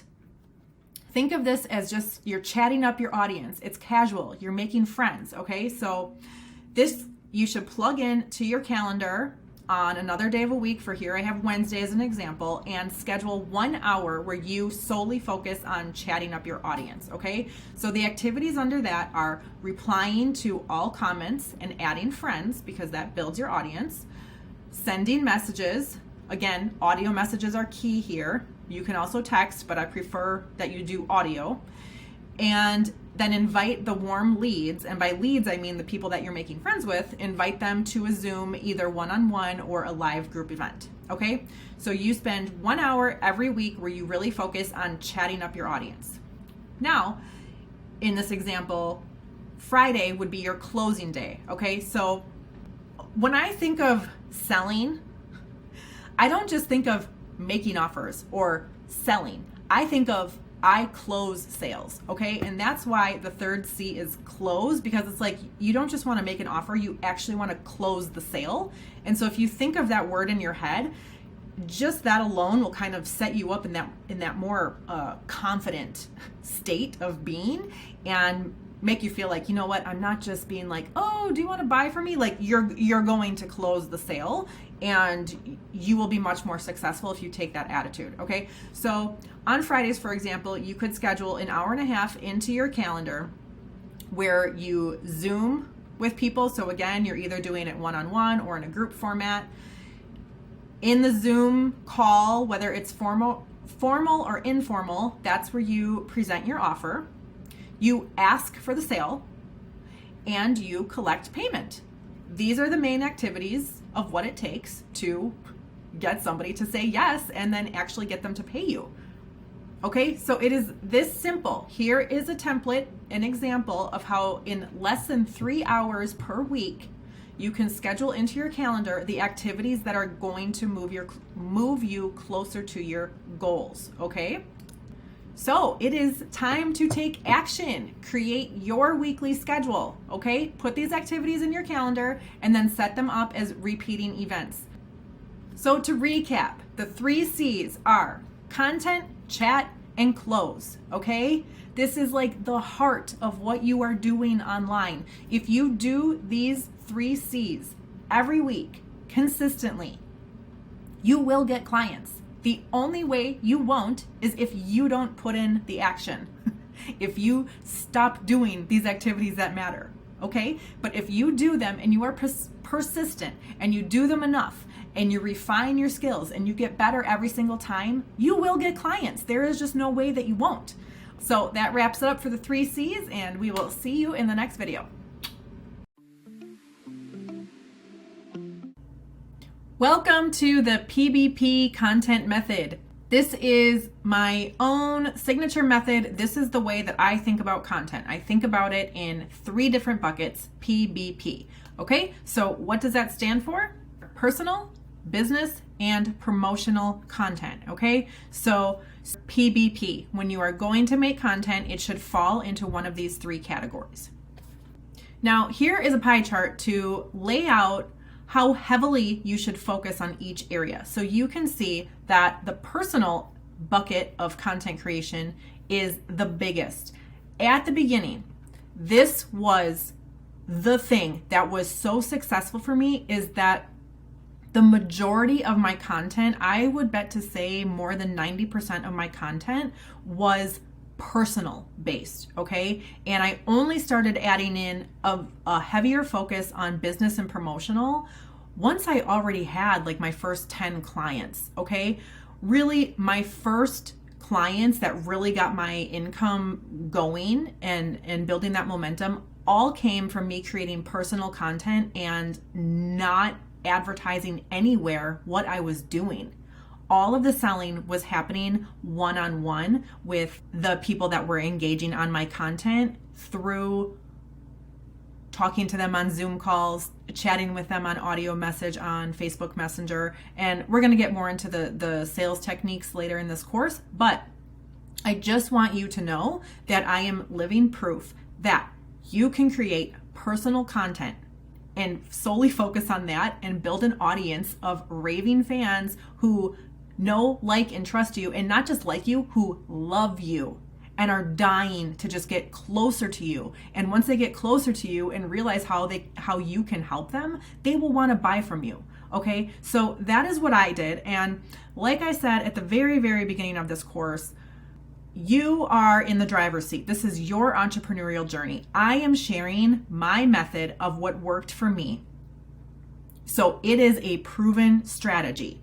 You can try it on for size, see how it fits you, and feel free, and I highly encourage you to adjust it and find your own way for what is going to work for you. Now, going back to the personal, what is the purpose of it? Why? It is to build reliability, trust, and emotional connections with your audience, okay? And how do you do this? By sharing stories, experiences, and insights.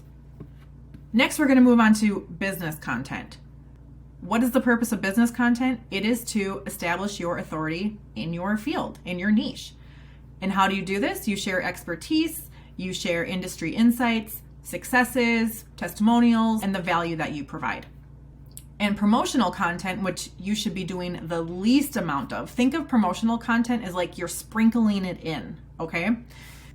And why do we do this? Well, it's your call to action to convert your engaged audience.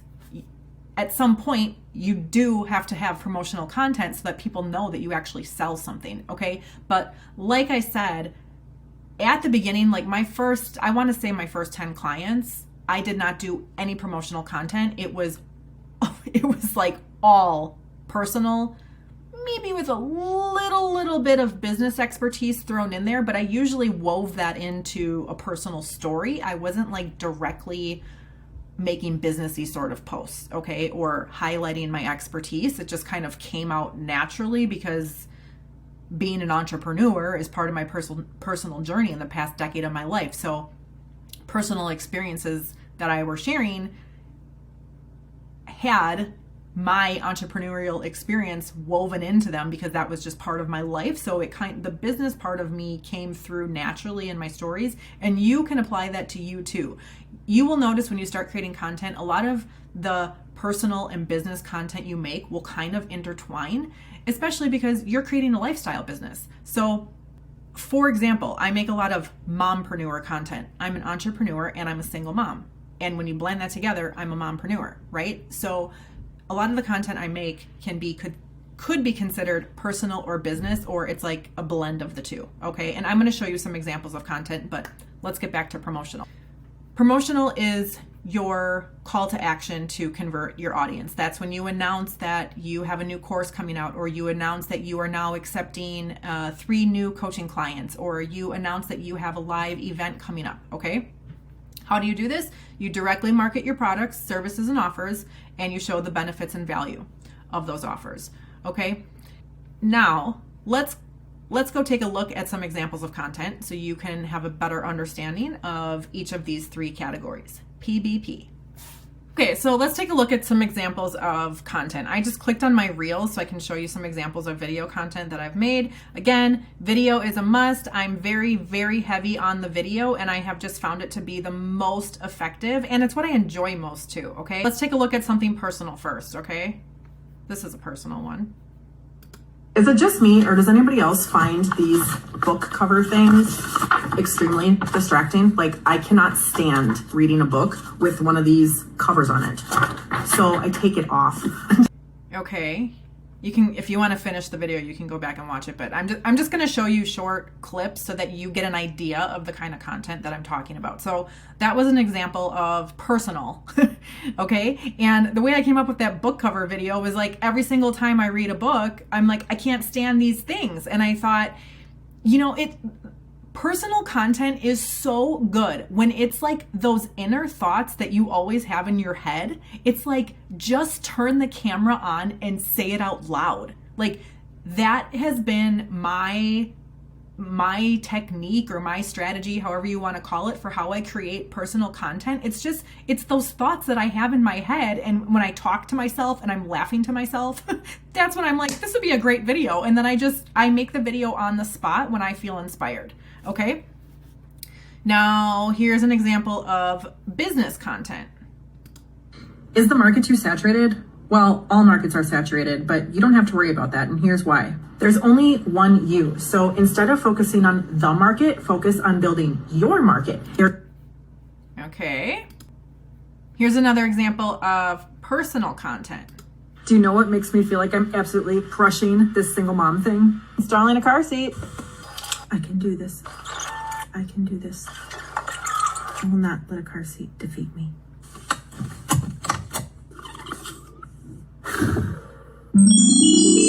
Nailed it. All right, I wanted to show you that Do you whole know one what- because I really enjoyed that video. If I do say so myself. That was a really fun video to make. I also posted that one on YouTube and it performed really well. So yeah, using humor where you can, showing your personality, that is always a win. Like, people love humorous content, and I had a lot of positive engagement on this video in particular on Facebook and YouTube. Now, here's a good example of a video that blends both the business and personal all into one, okay? Because like I said before, you'll notice that sometimes they will just naturally overlap. A lot of people ask me how I get it all done as a solo mompreneur. You heard me right. I'm a single parent and an entrepreneur at the same time. So I thought I would just show you. This is what my typical morning looks like. So here's an example of a business post. I'm showing a testimonial, okay, from one of my actual clients. Thanks again for really simplifying things. I love learning from you. One of my amazing beta group students. Okay, so that's gonna get people interested, like, oh, she's got a group of students. Okay, cool. And when you click on the comments, you'll notice I took this opportunity to promote my wait list for the promotion of this course, actually. So I said, guess what? I currently have 17 incredible students in my beta group, and they're absolutely rocking it, blah, blah, blah. If you're ready to simplify your path to success, join the waitlist for my new signature course. Don't miss out on a chance to be part of something special. Click on the link to sign up. So this is a very clear call to action. I'm telling people I already have 17 people taking this course, okay? And if you want to take it, sign up for the waitlist. I'm giving them the link. So it is a very clear call to action. This is promotional content. It's also a mix of business. You will notice things overlap. Like I said, personal and business can overlap. Well, so can business and promotional. So I'm showing my expertise in the business here that I have a testimonial. And then when you go look in the comments, it's a promotion. Okay. There's all different ways that you can make content. It is not black or white. It is very gray. Okay. Like, it all flows. It all flows together. But I think if you keep that concept of PBP in your mind, personal, business, and promotional, you'll get it. Okay, and here's an example of promotional. In this one, I'm promoting a free event that I was doing called the Obstacle Eliminator, and it is very clear. I have a quick hook at the beginning, feeling a bit stuck, looking for clarity. I got you covered. If you like straightforward, to the point advice coaching, I'm your girl. Register here. So simple, to the point, call to action, registration. So I think you get the point. That is the PBP content method that if you implement it, it will be not only fun, be super effective, and you will attract and convert your ideal clients. Let's talk about making content creation fun and easy. Like I said, if you can't tell already, I love making content. I love making videos. Love, love, love it. And I'm just super excited to teach you how I do it and why I think it's so fun. This is how I see it. There are two ways that you can go about making content, okay? And it is so simple. The first choice is to plan it. You can have a content calendar and you know exactly what you're posting and when, and you script it out and you plan everything. Plan, okay? Or option number two, which is what I do, is don't. Don't plan it, okay? What I do is I create content whenever I feel inspired. Like, it is literally that simple. And this is how it happens. An idea will come to me, and I know it's an idea when I have a thought that is just going over and over in my mind, or when I am talking to myself in the shower, or when I'm driving in my car and I I literally will start like talking out loud to myself about different ideas that I have, or when things come up in conversation and I just find myself like ranting about something. For example, yesterday, I was watching my daughter at her gymnastics practice, and I was sitting next to one of my mom friends there. Our daughters are in the same class together, and she started asking me a lot of questions because she wants to be an online fitness coach. And so she just found out yesterday what I do. And she was like, oh my God, I need to pick your brains. And so in conversation with her, she's like, yeah, but isn't the fitness niche like oversaturated? Isn't it just too saturated? And that gave me the idea to go and make the video that I just posted yesterday. Like I was so excited to make the video. And I started the video off by saying, is the market too saturated? So I literally took the exact words that she said, because it was a real question that she's like an ideal client, I've come to discover, okay? She is the kind of person that I work with. And that is a real question that she had. And she is holding back on starting her fitness coaching because she's afraid that the market is too saturated. And so I made a video addressing that concern, okay? That is how simple content creation can be. That is my style. That's what works for me. And I have ideas and inspiration come to me on a daily basis. And so I don't have to create a calendar for myself because I know that I'm going to create more than enough content, okay? And sometimes, like, there have been phases over the past year where I've taken a digital detox and I didn't post anything for like 3 weeks straight, sometimes even longer. And that's okay too. It's okay to let people miss you, okay? But at the beginning, focus on at least one video per week and just get into that rhythm. If you're gonna do my method, the inspired method, let's call it, okay? If you're gonna do it that way, the tip is when you get the inspiration, like when the idea is hot, turn on the camera in the moment. Don't wait for the ideal timing, okay? Like just hit that button. You can either make a live video right on the spot, or you can record a video that you're going to use to upload as a reel, let's say, okay? So just make it, because otherwise, if you write it down and then put it in your calendar, it's like the inspiration isn't there, the excitement, the energy, and it makes a total difference. I have found in my own personal journey, I make way better content when I make it in the moment, when I feel hot and excited and inspired. That is when I make my best videos. Now, in the example of yesterday, well, I had to wait until I was home because I was at my daughter's gymnastics practice, and just logistically, like, I was not going to make it right there on the spot in front of the mom that gave me the idea, okay? It just logistically was like not ideal. And I'm like, I don't want to make it right now. I didn't feel inspired to make it then. I had the idea and I knew that I was excited to get home and make it. And that's what I did. Okay. So don't take it too literally of like, do it immediately on the spot. Sometimes you will be in a situation where it's just not logistically possible. But if it is, okay, like if you are outside walking and an idea comes to your mind, just whip out your phone and turn the camera on. Don't be like, I'm just going to do it later. Like, do it in the moment. Trust me, if you build that habit of just creating content when you get the idea, you eliminate all of the overthinking, all of the overwhelm, all of the perfectionism. You don't have time to worry about, what your hair looks like or what you're wearing or if you have makeup on or don't. Like, just make the content. And when you do that in the moment and it's inspired, you become so much more relatable to your audience. You will build deeper connections. You will build fans who love you and who will just want to watch everything that you create, okay? Because it's so real and authentic. Remember, at the beginning of this module, I told you in the 4 principles of content creation, authenticity is key. Authenticity wins over everything, okay? So that is how I do it. To recap, there's 2 different ways you can make content. Either plan it or don't. Let the inspiration move you. Your homework assignment to take action after watching this lesson in this course is to ask yourself, which one are you going to be? Are you going to be a planner, or are you going to be a go with the flow, do it when you feel inspired? Make a decision and then stick to it as a place to start. Now, if you make the decision that you're going to go with the flow and be inspired, well, if a week goes by and you never got inspired and you never hit that camera, then you need to change your decision to you're going to be a planner. And then I would encourage you to plan your content.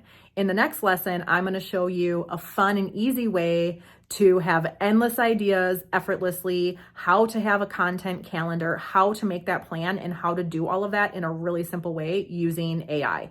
So go ahead, make your decision. Are you going to be a planner or are you going to be an inspired content creator? So here I am inside of ChatGPT. I use the paid version. It's $20 a month right now. You can use the free version as well, just so you know. Don't feel like you have to do the paid version.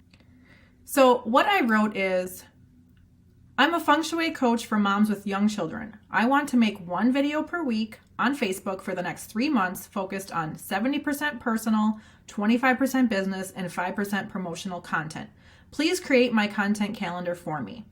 Okay, so you can write a very simple prompt just like this, and ChatGPT will create a content plan for you. Obviously, use this as a guide and fill in your own information. So you can put in whatever kind of coach you are or creator or whatever your business industry is here. And then you can change how often you want to make videos, and you can change the percentages of personal, business, and promotional content. Remember, at the beginning, before, like when you have no clients, you want to start at a high percentage of personal content, a lower percentage of business, and then a very small sliver of promotional content. That should be sprinkled in. Why? Because you're going to be doing most of your sales one-on-one directly with people. That's the easiest way, not just relying on a landing page or a link that you slap on to one of your posts. Like, that's not going to close a sale for you. It's going to happen in the one-on-one conversation. Okay. But let's get back to the purpose of this lesson, which is using ChatGPT. So you can enter a very simple prompt like this and just ask it to please create my content calendar for me. And then this is what ChatGPT did. Month 1. Foundations and connection. So it even laid it out. Week 1, personal content, and highlighted it here. This is a personal post. So I'm not going to read through all of these in this video, but you can see how in just a few seconds, ChatGPT will not only generate all of the video ideas for you and give you titles and what to talk about, but it will lay it out. So there is literally no guesswork. And you know what? Not just guesswork. There's no excuse to not make content or to say that you don't have any ideas. ChatGPT has ideas, okay? It is the most intelligent thing on the planet. So just tell ChatGPT what you do, what kind of content you want to make, and let it make a plan for you, okay? And now, there is an art to using AI. Don't just feel like you have to do this word for word and do exactly what it says. This is a guide, and you can continue to have conversations with ChatGPT until you get the result that you like, okay? So now down here, you can see I wrote, I don't want all of the personal videos to say feng shui. I want to incorporate videos that have nothing to do with feng shui at all, but ones that really show my personality and help me build emotional connections with my audience. So then ChatGPT goes, understood. Let's diversify the personal content to not only share your expertise in feng shui, but also highlight aspects of your personality and interests outside of it. So it redid the entire 3-month content plan. Okay. Week 1, personal. Welcome to my world. A little bit about me. And you can go on to read these. Now, you can keep having as many conversations with ChatGPT as you want until you feel really good about your content plan. Okay. Now here's another thing you can do with it. So I'm going to type down here. So let's say right here, week 10, it's a business post, feng shui friendly home decor tips. Okay. Let's say I don't even want to think about the tips that I'm going to give. This is how you can use ChatGPT to help you speed up your process of content creation. So you can say, please write a script for week 10.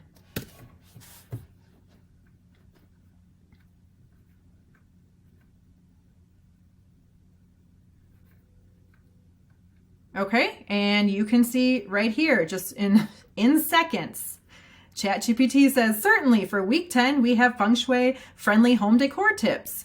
This video will blend your business expertise with accessible advice for your audience, focusing on how to incorporate feng shui principles into home decor. Okay? It literally gives you a script, what to do, opening shot, what to say, tip number 1. And this will just get your wheels turning. Now, there may be things in here that you don't like or agree with. Maybe these are not your tips, but it's just a way when you feel like you're stuck, like you can't come up with a content idea or what to talk about, use AI to your advantage. Let it assist you. This is part of making content creation fun and easy. Like, it does not have to be hard, okay? It's only hard if you tell yourself it is. If you use tools like this that are available to you, you can make it so much fun and so easy. And literally, you will never feel stuck again. You will never run out of ideas. You will never feel like you don't know what to say. Like, you have all of the resources at your fingertips, even for free. Like I said, I use the paid version of this, but you can use ChatGPT for free and still get phenomenal assistance in your content planning journey and everything else you do in business for that matter. But this video is about content creation, okay? So I hope that was helpful. And if you decided that you are the kind of person who needs a plan, I highly, highly recommend using ChatGPT to guide you in your plan, to take all that heavy lifting out of it and save that energy that it would take your brain to do all of this thinking on its own. Save that energy for what you're going to bring to your videos. Have fun.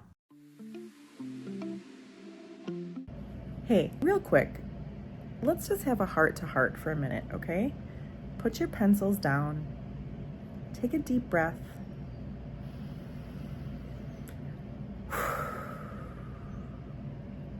Put your hand on your heart, okay?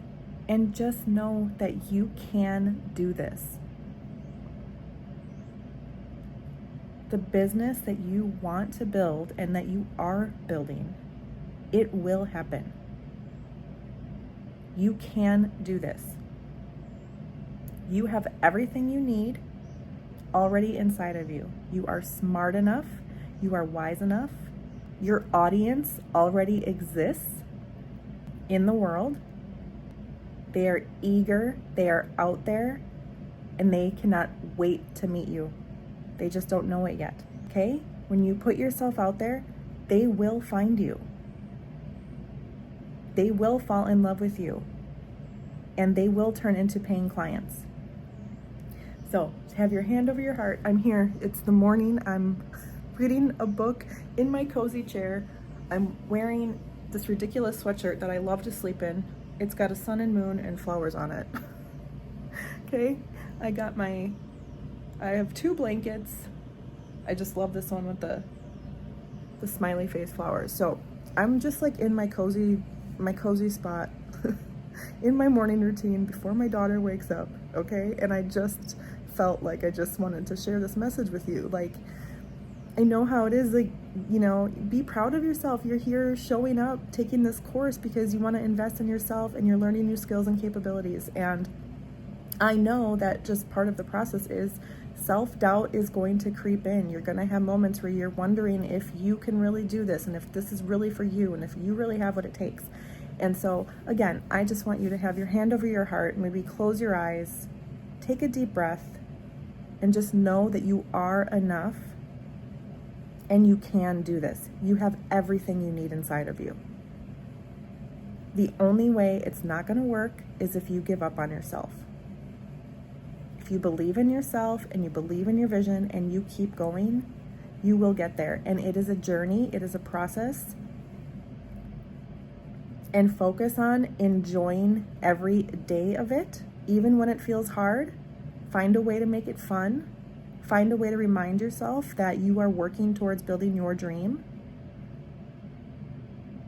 And everything is going to work out. And there's a reason that you're feeling called to build whatever it is that you're building.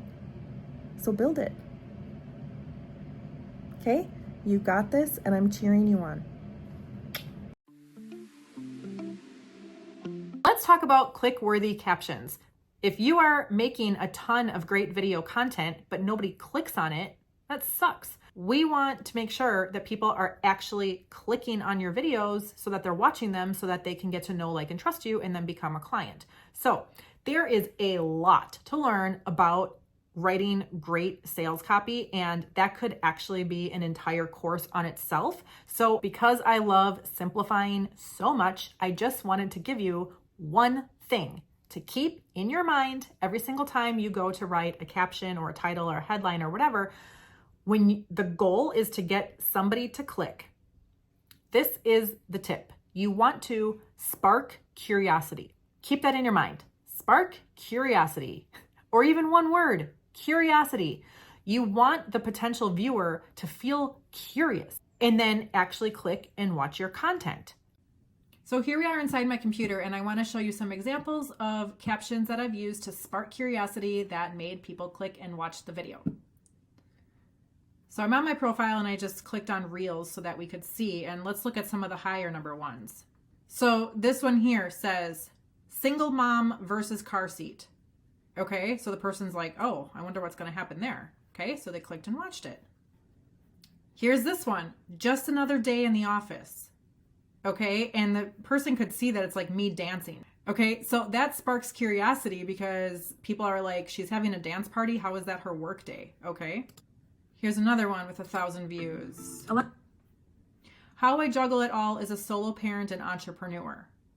Well, people ask me that. Like literally people ask me this all the time. And so people are probably wondering like, yeah, how does she do it all? Okay, sparks curiosity. Confused by Facebook marketing? Watch this. It sparks curiosity because the person's like, yes, I'm confused. And then it says, watch this. So they're like, okay, yeah, I need to click and find out what she's going to tell me, right?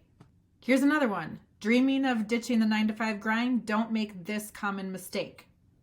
So that sparks curiosity because people are going to be left wondering, what's the common mistake? Am I making it? Another one. 5 habits I dropped to make my mompreneur life simpler. So people are going to be left wondering, what are the 5 habits? I wonder if I'm doing them. I wonder if I need to do them to make my life easier too. Now, usually I come up with these captions on my own, but sometimes I use ChatGPT to help me if I just feel like I need some extra help and I don't want to do the heavy lifting with my brain. I need help creating quick titles for a Facebook reel that I made. I want to do A/B testing, so I need 2 different titles. And the video is, I start off asking the question, is the market too saturated? And then I say, well, all markets are saturated, but you don't have to worry about it, and here's why. So I'm giving ChatGPT the context of what my video is about. So I said, so I want 2 titles that are very short and to the point that spark curiosity. I even use that term when I'm talking to ChatGPT. So then ChatGPT says, how about these 2 titles for your A/B testing? Is every market too crowded? Here's a surprising truth. And number 2, worried about market saturation? Here's why you shouldn't be. So then I said, maybe for number 2, can we say it as more of a statement, like why you shouldn't be worried about market saturation, something like that. This was me, like, this was a chat that I was actually using ChatGPT on my phone and talking to it. So the reason why it looks like that is because I was literally just talking out loud, and then this is the text from my verbal conversation. And ChatGPT says, absolutely, let's refine that. Why market saturation shouldn't worry you, uncover the reasons. Now, sometimes, like if you go back and look at the caption, I don't think I made it exactly like this, but I use this as inspiration for how I want to say it. When you say things like, this is why, or why this, how to do this, this is simple, watch this. Like you want to leave, you don't want to give everything in the caption. You want to spark that curiosity so people are feeling on the edge of their seat. Like I need to know the answer. Like what's in there? And then they will click and watch your video. Another thing I do with ChatGPT is I will also ask it for relevant hashtags. so that my video has even more chance of being discovered. Now, I didn't do it on this one in particular, but this is how I would do it. Now, please give me relevant hashtags to use to optimize SEO, which is search engine optimization. Okay, so then ChatGPT will give me relevant hashtags that I can use. And that's it. And I can just copy paste and throw this in the caption on my Facebook reel. And you can do the same. It's really that simple. Next time you're feeling stuck about not knowing how to spark curiosity, you can just have a conversation with ChatGPT and let it help you come up with a way to spark curiosity so that people click and watch your video. Okay, so now you know that you should be sparking curiosity in the captions of your videos. So your assignment is to go and do that going forward. You can also go back on your previous videos that maybe did not get a lot of engagement, and you could go back and add a caption. That's another option too, and you can just do that as a little test to see if that generates any extra interest in your videos. For the sake of being efficient, I wouldn't worry about the past so much. It's just an option. I would just focus on sparking curiosity going forward. You got this. You can film live videos when you're walking. You can film videos in the car, when you're sitting in your favorite chair. What about when you're sipping tea? See? Yes, we. You can literally film live videos anywhere at any time. So just get over your fear, hit the live button, and have a blast. Let's go into my phone and I will show you how to do it. Okay, so here we are on your profile. Go down to make a post and hit live. Okay, now you're going to hit on tap to add a description. This is where you're going to spark curiosity and create a caption that will make the viewer want to click and watch. Curious how I record videos for my online courses? That sparks curiosity, right? Now I'm just going to hit that blue button, go live. Then it gives you a countdown, 3, 2, 1. All right, and we're live, and you can see that because there's a little red live thing on the upper left-hand corner. When you're done, hit finish, and that's it, ending live broadcast. Now, before you post it, go to deletion settings, and I like to click on never delete. Then you hit post now. And that's it. Congratulations, you just went live. Now, here's something to know about going live. Going live is really powerful because it is something that really engages your audience in real time. So when people are opening up their Facebook app, because people do that just out of habit multiple times throughout the day, when they see that you're live, like that's going to show up like on their screen right away. Facebook pushes out live content to people. So will show up and they're most likely going to tune in and watch. And what I like to do, and this is like a pro tip for how to create really engaging live content, is anytime that you see somebody is watching, Facebook will tell you the name of the person who's watching and you can call them out by name. So I always say, like, for example, hey Patsy, or hey Kevin, good morning, thanks for tuning in, whatever. Always call the person by name and acknowledge that they're there watching.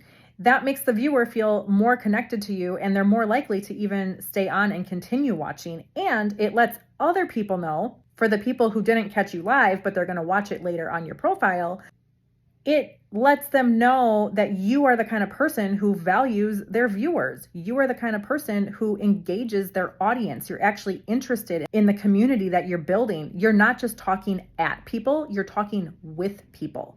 There's a difference, okay? So that is a pro tip. So creating live videos is something that you should be doing on a regular basis. It is great for engaging your audience. It gives them another variety of content. And it also shows them that you are the kind of person that has the guts that it takes to hit that live button. So many people are afraid of going live and they never do it. They're terrified. I remember like the first time I did it, I was shaking. I felt like I was going to throw up. And I know I have literally seen so many startup entrepreneurs who really are just dying to get their business off the ground. I have seen them waste up to 2 years before they ever hit that live button because they were paralyzed in fear. Don't be that person. Just hit the live button, talk about whatever's on your mind. Remember, your best content is all of those thoughts that are in your mind that you think over and over, like your inner thoughts, if you just share them with the world, that's your best content because that's the real authentic you and people will relate to it. Hit that go live button, make a video. If you absolutely hate it, you can always delete it, okay? Like you really can't get it wrong. And the more you do it, the more comfortable you're gonna be at doing it. I go live all the time. I love it. I think it's super fun. I love engaging with my audience that way. And video content is how you attract and convert viewers into high-paying clients.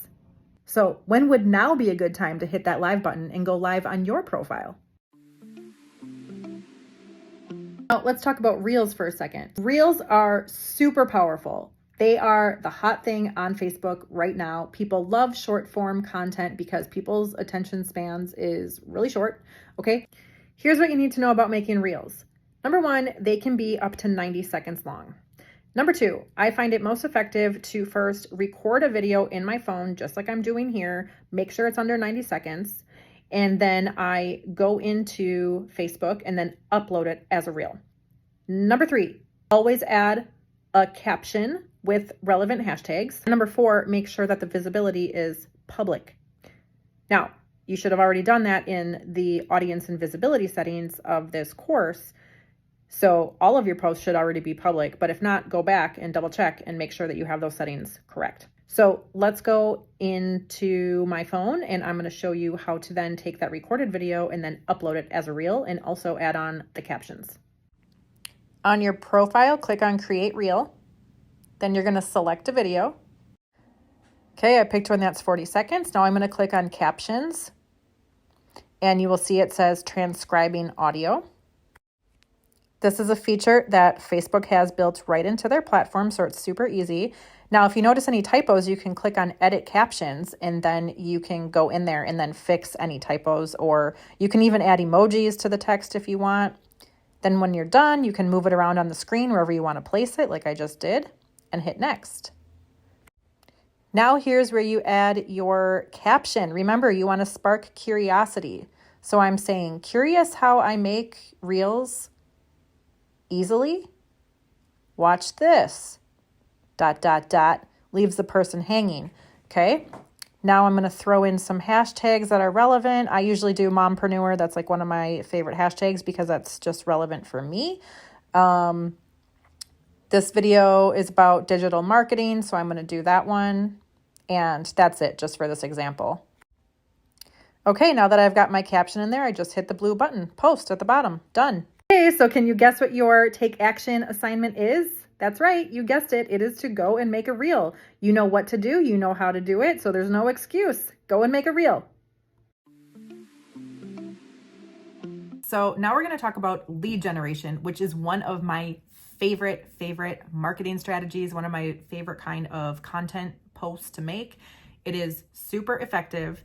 It gets results every single time. It's fast, it's easy, it's fun. Like, you literally have nothing to lose. So you need to learn this strategy because you're going to love it if you're not using it already. So what lead generation is you are generating leads, you're creating demand, or you're seeing if it's even there in the first place for whatever it is you're thinking of offering.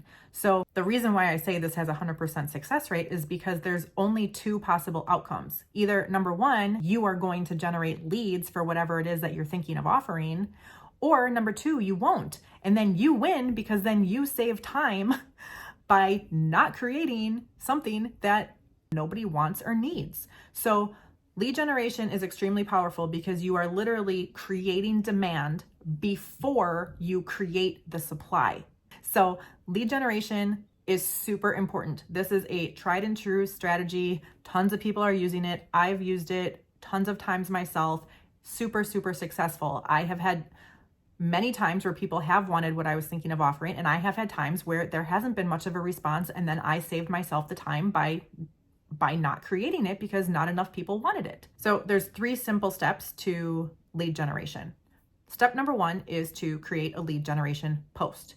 You're basically asking your audience, hey, I have this, who wants it? And then you see who engages on it. Or you could say something like, I'm thinking of creating this, should I? It's very simple. You're basically letting your audience know something that you have or you're thinking of creating, and you want to know who wants it so that you can then make informed decisions about whether you're going to spend your time creating it or not. The second step is to nurture and engage the leads that engage on this post, because if there's interest, you will have people commenting on your lead generation post saying, yes, me, yes, I want it, yes, yes, yes. So then your job is to go and react and reply to every single person that is interested in what you have to offer. And then step number 3 is to actually deliver whatever it is that you are offering. Now, let's go into my computer and I'm going to show you step by step what this looks like with a real life example. Let's go. So here we are inside my Facebook profile, and I pulled up an example of a lead generation post. So step 1 is to create a post like this. Need to migrate your course but don't want to spend $149 a month for Kajabi? I'm creating a free guide for solutions. Want it? With the arrow down finger so that people know that they should comment below if they want it. Okay, so that is step 1 of lead generation. You create a very simple post just like this, basically saying, I have this, who wants it? Or I'm thinking of creating this. Anyone interested? There's different ways that you can do it, but at the end of the day, the point is to see if there's demand in what you're offering in the first place, because if there's no demand for it, why would you waste your time creating it? In general, content is more effective when you use the platform's native tools and features. So I'm going to show you how to use Facebook's built-in tool to do a lead generation post like the one I just showed you. So you see here, when you go to make a post, what's on your mind, when you click on this, right here, it shows you the colored little icon. You click on this, and then if you click on that, this will open up all of your options to choose your background. Okay, so I always choose something just very easy on the eyes, like none of these emoji ones, those are too busy looking. Just pick a colored background. So let's say we'll pick this big pink one here. So what's on your mind? Now there's a character limit, so you want to make sure that you're very precise and to the point. So here's an example of one. Thinking of hosting a free webinar on feng shui for beginners. Should I? Then you hit post. I'm not going to hit post because that would really go on my profile. And then you see what happens. See if people actually engage on this. See if people actually want this. Okay, so now we're moving on to step 2, which is to follow up and nurture all of the warm leads that comment on your lead generation post. So go into the comments. Now, here's a little tip and something extra I did on this lead generation post. I don't do this every single time, but I did it on this one and it worked well. Is I wrote a comment below and I did @followers. So when you do @followers, your followers will get a notification that you made a post, and it's more likely that they will actually see it in the first place. Now, this is something to not abuse. You don't want to do this every single time because then you're going to be too spammy. So use it sparingly, but I like to use @followers when I really want to make sure that the people who are following me see what I'm posting. So I wrote, many of you have been asking me questions about what to do when your current hosting platform will no longer host your digital courses offers and want a solution that's either free or cheaper than Kajabi. I'm creating a simple to follow yet comprehensive guide for solutions to this problem. Comment below if you want me to send it to you when it's ready. Okay, so I did all of this before I even created the guide. I did not spend a single second creating the guide.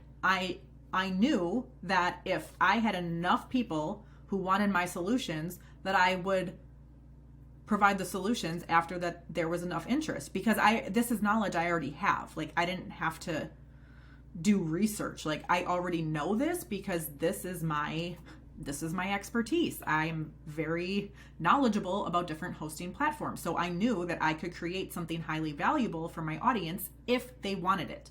Okay, so now when we're looking at the comments, you will see here, I'm interested too. Yes, please, Brooke. Yes, please. Yes, please, and thank you.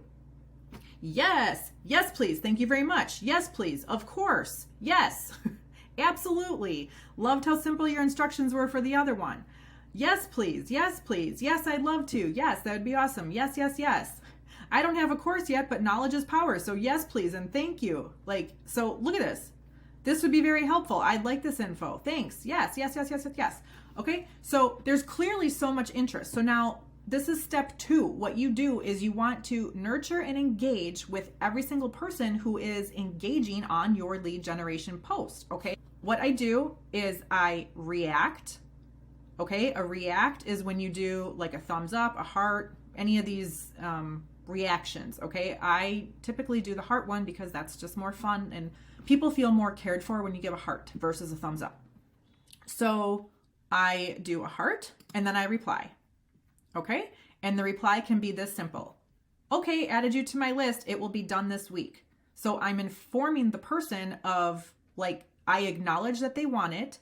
They're on my list and I'm giving them a time frame. It will be done this week because again, I did not create this yet. I am just generating leads for something that I'm thinking of creating. Okay. Let's see another reply. She says, yes, please, Brooke. And I just said, okay, awesome. Okay. This task of this process does get tedious, but it is just one of those things that's just part of the job. Okay. And it works very well. So every single person gets a response. You bet. Let's give you some other examples. You're very welcome. Of course. Awesome. It will be ready soon. So the whole purpose of responding to every single person with a reaction is you want to let them know that you acknowledge them and that it's coming their way. Okay. And now the extra benefit that you get on top of this is it makes this post get a lot of excitement and buzz around it. And then you reach even more people because Facebook's algorithm will see that this post is creating a lot of buzz. Okay. So then that creates even more demand because now when a new person comes in and sees this, they're like, oh my God, all these people want this. Like, well, I don't want to miss out. I probably need this too. So then they jump on board. And then before you know it, you have a ton of people who want what you're offering. Okay. Then step 3 is to deliver. After about 24 hours, and I noticed that the comment section blew up, I was like, okay, I better get cracking and actually create this free guide that I just offered to everybody.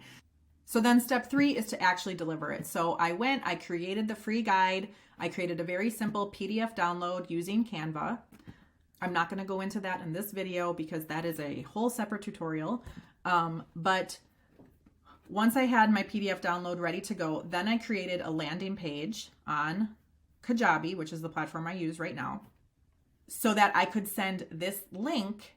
Okay.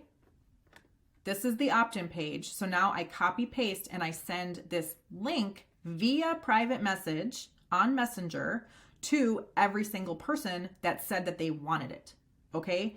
The key here is you want to collect their email address. So don't worry if you don't have a platform like this, you don't need it. You literally just collect their email address in Messenger and then you manually email it to them. I can also show you an example of that. Okay, so here's an example of another lead generation post I did before I was using Kajabi, before I had an automated system of collecting emails and delivering the product. So I'm going to show you an example of this. You can see this is from 2022. Okay. Just released my free ebook, From Fear to Fear, 7 Tips to Go From Feeling Powerless to Unstoppable. Want it? PM me. Okay. So then same thing. I followed up on all of the comments. I private messaged everybody or DM'd them. And then in Messenger, when I said, okay, I saw that you wanted my free ebook. What's your email so I can send it to you? People would tell me their email address within Messenger, and then I emailed it to them. Let me show you. So here is how I manually emailed my ebook to everybody that said that they wanted it. I just said, hey, person's name, your free ebook is attached and ready to download. Enjoy. Love, Brooke. And then I attached it as a PDF file. That's it. It is literally that simple. So now if you're wondering, okay, this sounds really fun and easy, but what should I be creating or offering in the first place? You can use lead generation for anything that you have to offer, whether that be something for free, like a lead magnet. It could be something that's paid, like a coaching program or a course, or it could be for a free live event, like a webinar or a masterclass. You can literally use it for anything. It's basically anything that you are thinking of offering, whether free or paid. You want to see if there's interest before you put any time and effort into creating it. That is the whole entire point. Now, another thing to note is make sure that when you are going to create this lead generation post, make sure that you have the availability and the capacity in your schedule to deliver that thing within the next week or so, or whatever the time frame is that you're going to give to your leads. Make sure that you're set up for success so that you're not caught having a very high demand for something and then you don't have the time to create it. So anticipate that it's going to go well, anticipate that there will be interest in what you have to offer, and then schedule in the creation time so that you can actually build the thing that people are going to tell you that they want. And then if they don't want it, well, then you don't have to waste that time and you can do something else, like create more content. So let's recap. Now you know what a lead generation post is and how to do it. So now it's time to take action. Go and make a lead generation post. What are real problems that your real ideal client has, and what solution can you offer? Go and make a post, see who wants it, follow up, and then deliver on it. Have fun. Welcome back. Okay, now let's talk about leveraging Facebook groups so that you have an even higher chance of attracting your ideal clients to you quicker and faster, okay? So to start off, how do you even choose which group to be part of in the first place? These are my recommendations. Number one, you want to focus on one main group only. Further down the road of building your business, then you could expand into other groups and experiment with that. But at the beginning, I would say really just focus on one group, but make sure it's the right group. So how do you do that? Here's my tips. And this can apply to anybody, no matter what your niche is.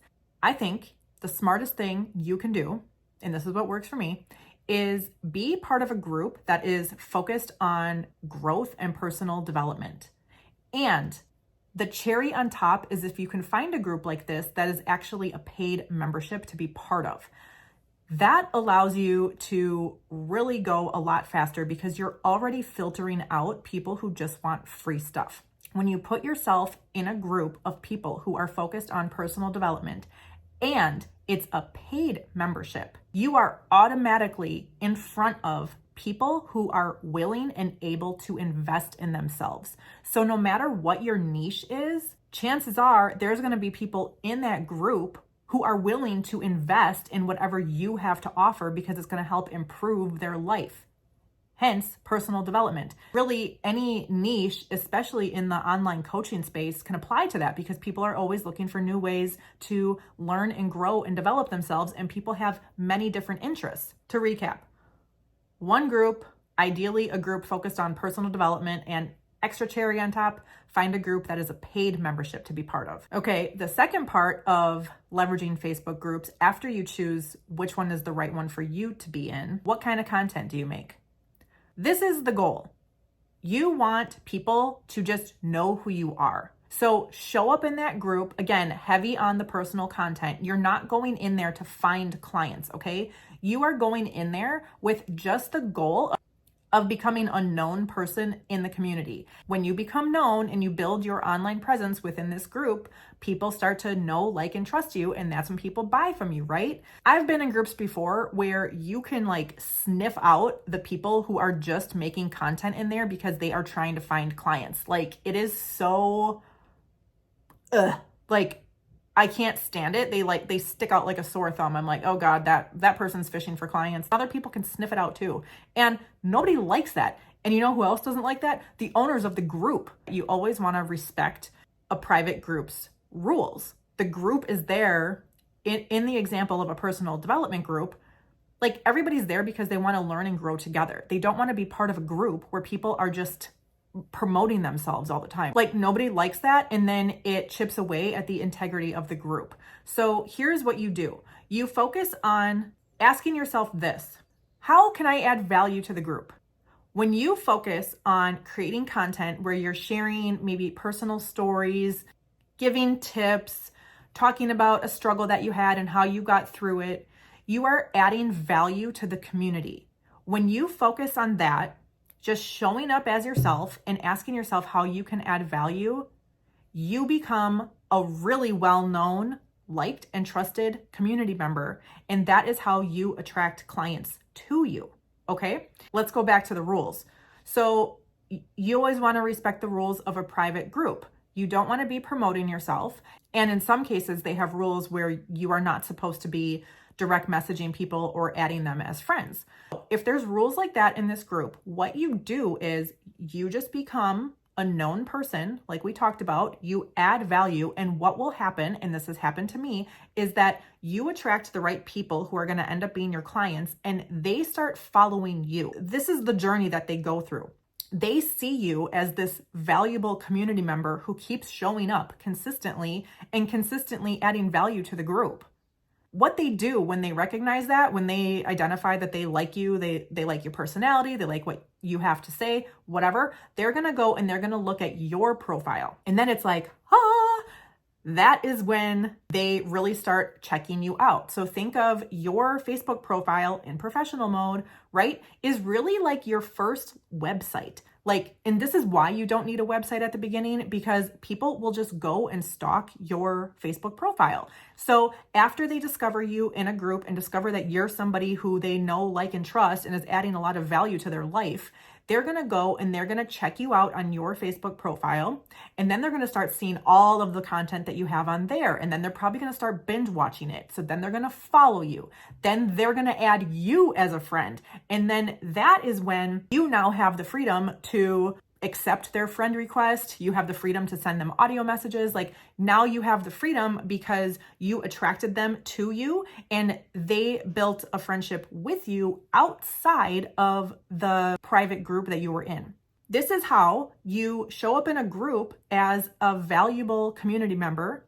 You respect the rules and you attract ideal clients to you. It's a genius strategy. And if you implement it correctly in the way that I'm teaching you, you will see results. I don't see how you couldn't. Now, you might be wondering, how often do you need to show up inside the group? Just like we talked about, you should at least be posting one piece of content on your own personal profile every week. A great place to start for a group is the same. You don't need to be in a group all day, every day. Just show up once a week. It's consistent. People are going to start to see you repeatedly. They're going to start engaging on your content. Same thing. Anybody that reacts or comments on your content, make sure that you are replying and engaging and nurturing those relationships just the same as you would on your personal profile. The only difference is you are not directly adding friends if that is a group rule. If the group that you're in has no rule about adding friends, then go nuts. Add a bunch of friends and really start growing your audience that way. But otherwise, respect the rules and make sure that they start following you and they add you first. And that's it. So now you know what kind of Facebook group to join and you know how and when to show up. Again, the bottom line is you just want to become known. I have had multiple people say to me inside the main group that I focus on that I have become a household name. Okay. And that is the goal. You want to become a household name within this private community. Why? Because let me tell you again, people will start to know, like, and trust you. And that is how you attract people to you who turn into your paying clients. And it works. So your homework is to go out there and find a group to be part of, free or paid. Again, paid is ideal. Start showing up once a week and adding value and just being yourself. And then watch the magic unfold. Congratulations, you have made it this far in the course, and I'm sure you have taken lots of action by now and should be really, really proud of yourself. So you've already gone through the Facebook module of this course where you are optimizing your Facebook profile. Then you went through content, how to create content that attracts your ideal clients. And now we are into the sales module, and this is so simple. I am so excited to teach you this. Let's revisit the purpose of the course. Remember, I shared this slide with you at the beginning. The whole entire purpose of this course is to get you set up for success to attract and convert your first high-paying client with a simple 3-step process, which is optimize your Facebook profile, which you've already done, create content that attracts, and then close the sale. It's 1, 2, 3. That's how you get results. That's how you get paying clients. And that is how you are officially in business. Also, throughout the course, we talked about the 3 C's of making money online. The 3 C's are content, chat, and close. Now, you can see I drew this overarching rainbow figure here. So the 3 C's are just directly tied to our very simple process of optimizing your Facebook profile, creating content, and then closing sales, right? Content happens on Facebook or the social media platform of your choice, and you're focused on live videos, reels, or written posts, okay? Once you make content, then you are chatting up your audience, the people who are engaging on your content.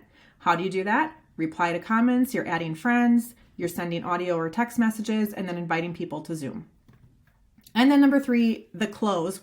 You're making offers, asking for the sale, and then collecting payment. Everything that you have been learning is all tying together. And if you ever find yourself being like, oh God, I just don't know what I'm supposed to be doing today, just go back to the 3 C's. It is so simple. These are the actions, each little bullet point here. These are all of the activities that you should be doing. This is basically all you need to do. If you focus on this, creating content, chatting up your audience, and making offers and closing the sale, that is literally how simple it is to go from 0 to self-sustaining income. In this final module of the sales, we're going to be focusing on how you chat with the people that are engaged in your audience and how you go through this process of closing the sale. So these steps, the chat and the close, really happen in between the content and money in your bank account. Okay, so let's get into it. It is so simple. You're going to love it. Now we're talking about audio messages, and this is seriously one of my favorite things about the entire course. Like, if you only learn one thing, I hope you take away audio messages. Now, I take that back. If there's 2 things you learn in the course, I hope it's lead generation and then audio messages. Because if you learn nothing else but those 2 things alone are guaranteed to get you so much more success than if you don't do them, okay? What is the whole point of audio messages? Well, audio messages are the C of the 3 C's: content, chat, and close. Audio messages are how you bridge the gap between people being viewers of your content to paying clients. So, and honestly, I would say this is one of those things that has been like the biggest trick up my sleeve when it comes to converting viewers into clients. I've noticed most people skip this step because they are too impatient and they're just desperate to get sales. Most people, instead of doing audio messages, which is where it's at, are doing things like slapping their Calendly link on all of their posts and just hoping that somebody's going to magically click on it and book a call with them. They are sending really spammy DMs. They are sending written text messages that are just not as powerful as an audio, and you'll learn why in a little bit. Or they're jumping too quickly into trying to have a conversation with somebody, and they're just totally sales focused and talking to them as if they're already trying to sell them before they build the relationship, okay? Write this down if you need to. Slow down to speed up. Like I said, most people are skipping this step because they're just too impatient. They're too needy and desperate for sales. And they're just like pouncing too hard on the potential client. And if you do this, slow down to speed up, you will actually be going a lot faster. Hence the phrase, slow down to speed up. So it feels a little bit slower at first to take time to nurture and build the relationship and chit chat about things that are completely not related to your offer. But actually that allows you to speed up, because what that does through audio message is you are building connections and trust. You're getting people to know, like, and trust you even more than they already did just from viewing your content alone. Now they feel like they have a personal friendship with you because they're hearing your voice come through their phone instead of reading just written words through a text message, okay? So it is a little bit slower. It does take more time because you can, be talking on your phone for up to a minute, sending an audio message, and then usually the person will respond via audio message. So now you're listening to maybe several minutes of an audio message coming your way versus taking 30 seconds to read a text. So the process is a little bit slower, spending those few minutes that it takes to really engage and nurture a relationship over an audio conversation to the person becoming a client. They feel closer to you, they feel understood by you, and they trust you so much faster than if you do it via written text or any other way. So if you're like, well, okay, great, who do I send these audio messages to? Send audio messages to the people in your warm audience, the people who are engaging on your content, the people who are commenting, the people who are reacting, people who you are generally interested in. This is key here. What works really well for me is that I just focus on building relationships with people that I genuinely like, because at the end of the day, I want to only have clients that I genuinely like working with. I don't want to work with somebody that I don't like and I don't like jive with their vibe. So if there's somebody that you like, reach out to them. If you see somebody make a video that you like, reach out to them, send them an audio. How do you do it? Keep it super simple. Keep it about them. I do two very simple things. I genuinely will ask them a question like, hey, I noticed a dog in your video. What's your dog's name? Or how do you pronounce your name? I want to make sure I'm saying it correctly. Or I give them a compliment. So if I'm sending an audio message to somebody that I like their vibe of, like maybe I came across their video, I will reach out to them and give them a simple compliment like, hey, I saw your video talking about conscious parenting. I'm super into that topic too. And I just wanted to say I loved what you shared and I totally agree with you. Leave it at that. The key here is you start the conversation off naturally, just as you would with any other human that you meet in the real world. The goal here with the audio message is to build a relationship. You are not trying to sell. I repeat, you are not trying to sell. You are making a friend. That's it. You're connecting human to human. Talk the way you talk in real life. You don't want to say, hey, I noticed that you saw my video. What resonated most with you? That just feels yucky and people know that you're just trying to convert them into a client. Don't do that. Keep it natural. Keep it fun. Keep it simple. Again, compliment them, ask them a question. Two very simple tips I can give you right off the bat for how to engage and start having a conversation with somebody. I wanted to show you a couple quick examples of what not to do and what to do. So you can see here on the left, this is a classic example of what not to do. A written text message that is super spammy. And look at this. Hello, Brooke. I hope this message finds you ready for better health. Do you ever wonder if your health isn't keeping up with your ambitions? Blah, blah, blah, blah, blah, blah, blah, blah, blah, blah. Like, I am not going to engage with this at all. This is not how a real person talks to another real person in real life. The key here is just be yourself and make real friendships. You're building real relationships. This is so spammy, okay? Do not do this. Now, you can see over here on the right-hand side, this is what you should do. Audio messages. Now, remember back in the click-worthy captions lesson, we talked about the key ingredient to getting people to click is to spark curiosity. The same concept applies here. When you send somebody an audio message, they don't know what you said. All they see is this. They see a little play button and 57 seconds, 48 seconds, a minute 34.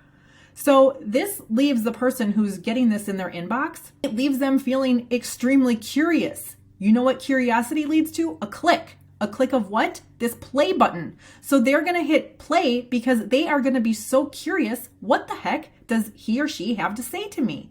So they are going to listen to your message. Check this out. Now she is responding here. We are engaging here. We are chit-chatting back and forth. This is what I'm talking about. Slowing down to speed up.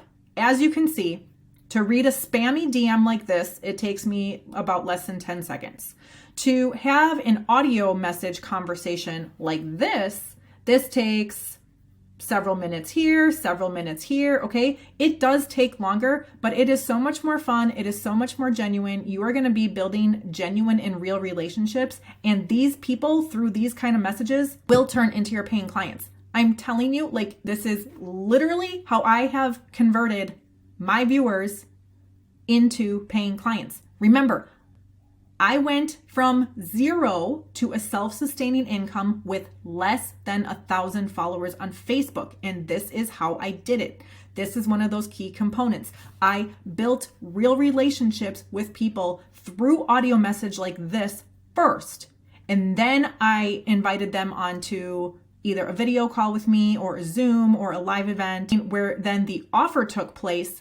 And we're going to get to that later in this course, but this is key. So if you are not already doing this, start leaving audio messages. I promise you it is going to change the game for you. See you in the next one. Bye. Okay, so by now you should be having a blast sending audio messages back and forth with people that you genuinely like, are interested in you, and you are making friends and building real connections and real relationships. Woohoo! Okay, you are one step closer to getting money in your bank. Because let's be real, that's what everybody wants at the end of the day. You want to genuinely help people, but you also want to make an income so that you can pay for your life and do what you want, when you want, with whom you want, right? So now the next step, after you are sending audio messages and building those relationships, the next step is to invite them onto Zoom. And I'm using Zoom as a common term for anything that is like video chat related. So it doesn't necessarily have to be on the actual platform Zoom. It could be as simple as a video chat right on Facebook Messenger. I've done that many times, works like a charm. It could also be something like a workshop or a masterclass where you're going to invite a group of people to come onto Zoom with you, and then you are going to share something that your potential client would be interested in. The point is, you want to move that person one step closer from engaging with you, from chit-chatting back and forth via audio message. You want to get them like actually on the phone. You want to be in real time, face-to-face, having a video conversation with them. Okay, here is the easiest way to do this. This is going to blow your mind. Most people don't do this. And this is one of those things that I do that works super well. So when you are chit-chatting back and forth on the phone via audio message with somebody, you can tell when somebody has the phone in their hand, right? Because you're sending an audio and then 10 seconds later, they send an audio back, and then you send an audio back, and then you're just going back and forth and you're like having fun with this person. You know that the phone is in their hand. So in moments like that, if you have time, even if it's just a few minutes, okay? Don't use you don't have time as an excuse. If you have time to be chit-chatting like this, you have time to call. So just on Facebook Messenger, instead of going to hit record an audio, there's a little camera icon at the top of the screen. That's for a video call. I don't know if you knew that or not, but you can actually just make video calls like FaceTime or like a Zoom right on Facebook Messenger. So what I will often do is when I am having fun with somebody, I will just hit that video call button and call them right on the spot. And I can tell you every single time that I've done this, it has just turned into a really fun conversation. I know people get scared to do that because they don't want to bother people, or they get nervous to call for some reason. But what I find is that because the majority of people are not doing it, it is so unexpected and people feel really special, and they are just like wowed that you took the time out of your day to call them. Like they're answering, they're like, oh my God, how cool, you're calling me? Like they can't believe that I'm actually calling them.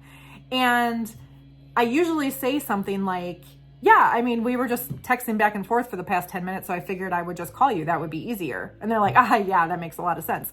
And then we just have a conversation. Now, again, in this kind of technique, I'm just genuinely nurturing the friendship. Again, you're building relationships here with audio messages. And when you do a video call on Messenger, it is like, it's so casual and natural. You are just continuing to get closer and closer to people that you genuinely like and who genuinely like you. And you know that because they're engaging on your content and they're chit-chatting with you via audio. Okay.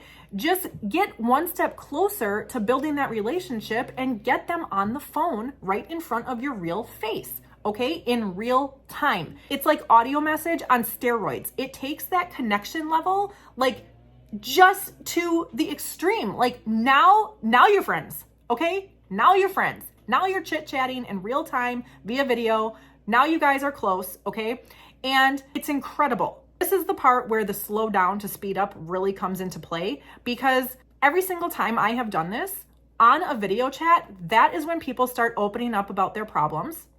And that is when they start sending buying signals, okay? So a buying signal is simply when somebody asks a question or makes a comment that sparks in your mind, like, oh my gosh, I can totally help them with that. When you recognize a buying signal, which is basically they have a gap that I can easily fill, that is how you move in to making an offer. It is so simple. This is a real life example. One time I reached out to this guy who was making a lot of video content about being a great dad. So I first came across him on Facebook because I liked his video content about conscious parenting. So I reached out to him and, you guessed it, left an audio message where I was like, hey, I saw your video talking about being a dad and blah, blah, blah. And I just really like it. I noticed you're making a lot of videos lately. I love what you have to say. I'm totally in the same boat. He's a single dad too. So it's like, I'm a single mom. Like, I totally get it. Doing it by yourself, blah, blah, blah. We start talking about parenting. Okay. We started building a relationship over parenting. Okay. And again, this was me reaching out to him because I liked him and I was giving him a compliment. Remember, back to the video on audio messages, give the person a compliment. So complimented him. That turned into chit-chatting back and forth. And we didn't even have to get to the video chat part. I ended up making an offer right through audio message. He ended up saying to me, I've been really making a lot of videos and I want to turn it into an online course, but I don't know how.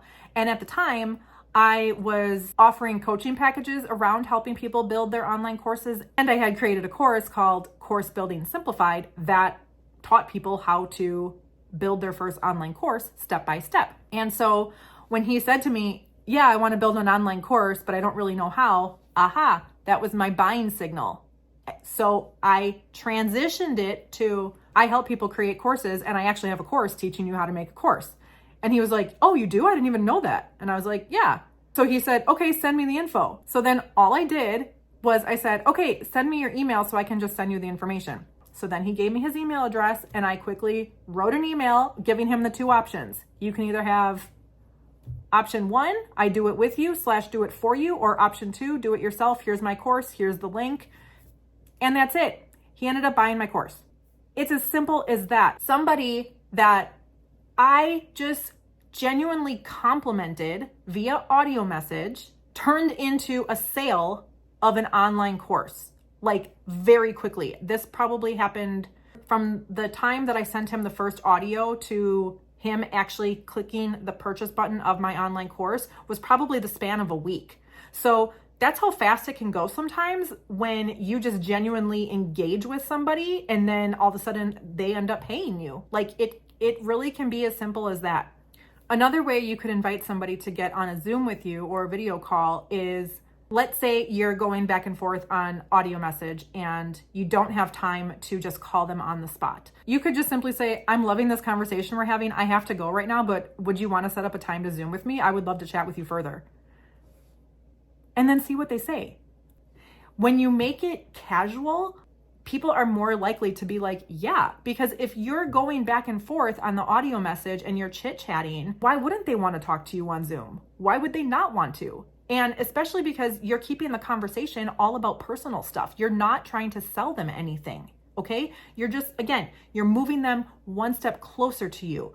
That is so much more effective than being like, hey, here's my Calendly link. Would you like to schedule a free discovery call? Like, I'm sorry, but just nobody likes that. There's a time and a place for Calendly links or other, booking links like that.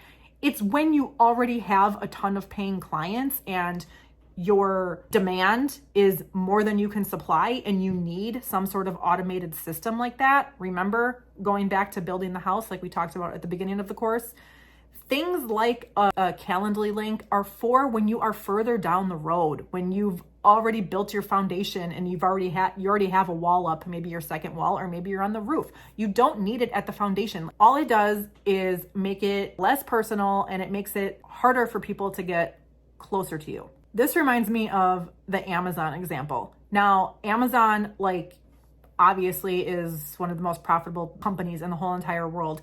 And their business really exploded when they came up with the one-click thing. They figured out how to just make the buying process a lot easier for the customer, saving their address, their payment info, so that when you're shopping on Amazon, all you have to do is with like one click, you can purchase an item. That is something you can apply to your sales process. And the sales process that I'm teaching you in this course is all about simplicity. The easier you make it, the less steps that you make your potential client go through, the faster you're going to actually get them to say yes and become a client. Keep it as simple as you can. In the example of when you are already chit-chatting back and forth and you just press the button to turn it into a video call, you just made that super easy for that person to be close to you. You didn't send them to a Calendly link to click on the link, then go look at a day and a time, then schedule it, then get a confirmation email, then get the Zoom link. It's like all of these additional steps that the person has to go through. It's like you're asking them to jump through hoops to get to you. And again, it makes sense when you're further along in your business and you have multiple clients and you need that automation. But when you have no clients, you don't need that. You have time to manually schedule people. Make it easier for them, make it easy for you. If you can't tell, I have like a thing with Calendly. It's just the booking links they're just not working. I just see so many people, again, beginners before they have clients, who are just relying on this Calendly link, and their mind is spinning in circles. Like, why is nobody clicking on my link? Why is nobody booking discovery calls with me? It's like, because it doesn't work for the stage of business that you're at. It just doesn't work. Another way you could invite people to Zoom with you is maybe you could host a workshop or a masterclass. And so when you are chit-chatting back and forth via audio, you could say, hey, if the topic of what you're going to talk about on your masterclass applies to them, mention it casually. Hey, by the way, coming up on Friday, I'm doing a masterclass on productivity. Do you want to come? And just ask them really casually. They'll say yes or no. And if the answer is no, don't take it personal. You can still have relationships with people who don't turn into your client right away. And what I have found is if you focus on building relationships first, if it doesn't always lead to a client right away, you're gaining a relationship with a cool person that you genuinely like. If they don't turn into a sale right away, it doesn't matter. Many times people won't become your client for a long period of time. I have had people that have followed me and my content for over a year before they became a paying client. You're building a lifestyle business, and the goal is that it's going to be very lucrative for you and something that you can sustain for the long term. This is not a get rich quick thing. So if you know that you're playing this long-term game and you know that every relationship you build is valuable, if you genuinely like the person and they genuinely like you, then you have nothing to lose, because whether or not they turn into a client, like, you're adding cool people into your life. And just know that sometimes it takes the person maybe a few months, maybe a year, maybe even longer before they end up being your client. And just know that it's just part of this journey. So don't expect that every single person, like in the example of the dad who ended up buying my online course, like that was a really quick turnaround of built a relationship, boom, sale. And I've done that many times, but there have been many clients that have followed me for several months at a time, up to a year, even longer, before they became a client. So just know that there is a wide range of what's going to happen, and you really never know who's going to end up being your client. So if you always approach it with this building relationships first, you will be surprised at how many people that you would have never expected end up becoming your clients, versus feeling like you have to go out there and find clients. Like, that just is not fun. It's way more fun when you build relationships, you attract people, they give you buying signals, and then you let them know how you can help them. And it is as simple as that. So to recap, you're chatting up your audience through audio message. The next step is to get them closer, get them on a video call with you, or a Zoom, or a masterclass, or a workshop, or whatever. Get them one step closer. That is the next step of this entire process. See you in the next video. Bye. Back. So now I'm going to walk you through the close, okay? It's a 3-step process. Offer, ask for the sale and send a payment link, collect the payment, okay? It is ridiculously simple, and I'm going to show you a real life example of how I did this and continue to do this. And remember, I was closing sales like this long before I had a website. So you do not need a website. You do not need any fancy funnel set up. Like, it is literally this simple with tools that you already have, using your Facebook account, your Zoom, and your email, and a way to receive payment like your bank account or PayPal. It's super simple. Ready? So we're here on the close. Step 1 is to make the offer casually during a Zoom or a video call. Step 2 is send a professional recap of the offer via email. This is optional. This is more for those logical buyers, because some people have more questions and they need to see things in writing. And it is better for you too if you have things in writing, so that both of you are on the same page of exactly what you're offering, what it entails, what the pricing is. It just gives both parties more clarity and makes it more professional. Once you go from that casual relationship to a working relationship, the email is a really smart thing to do. So I said it's optional. I do recommend it, but I also want you to know it is not 100% necessary. You can go directly from making a casual offer to just sending them a payment link. And I've done that before, and both work. So you decide what's right for you based on the situation and based on the client. And then number 3 is to collect payment, either via PayPal, a bank transfer, whatever's easiest. So chances are you already have a system and a way of receiving money.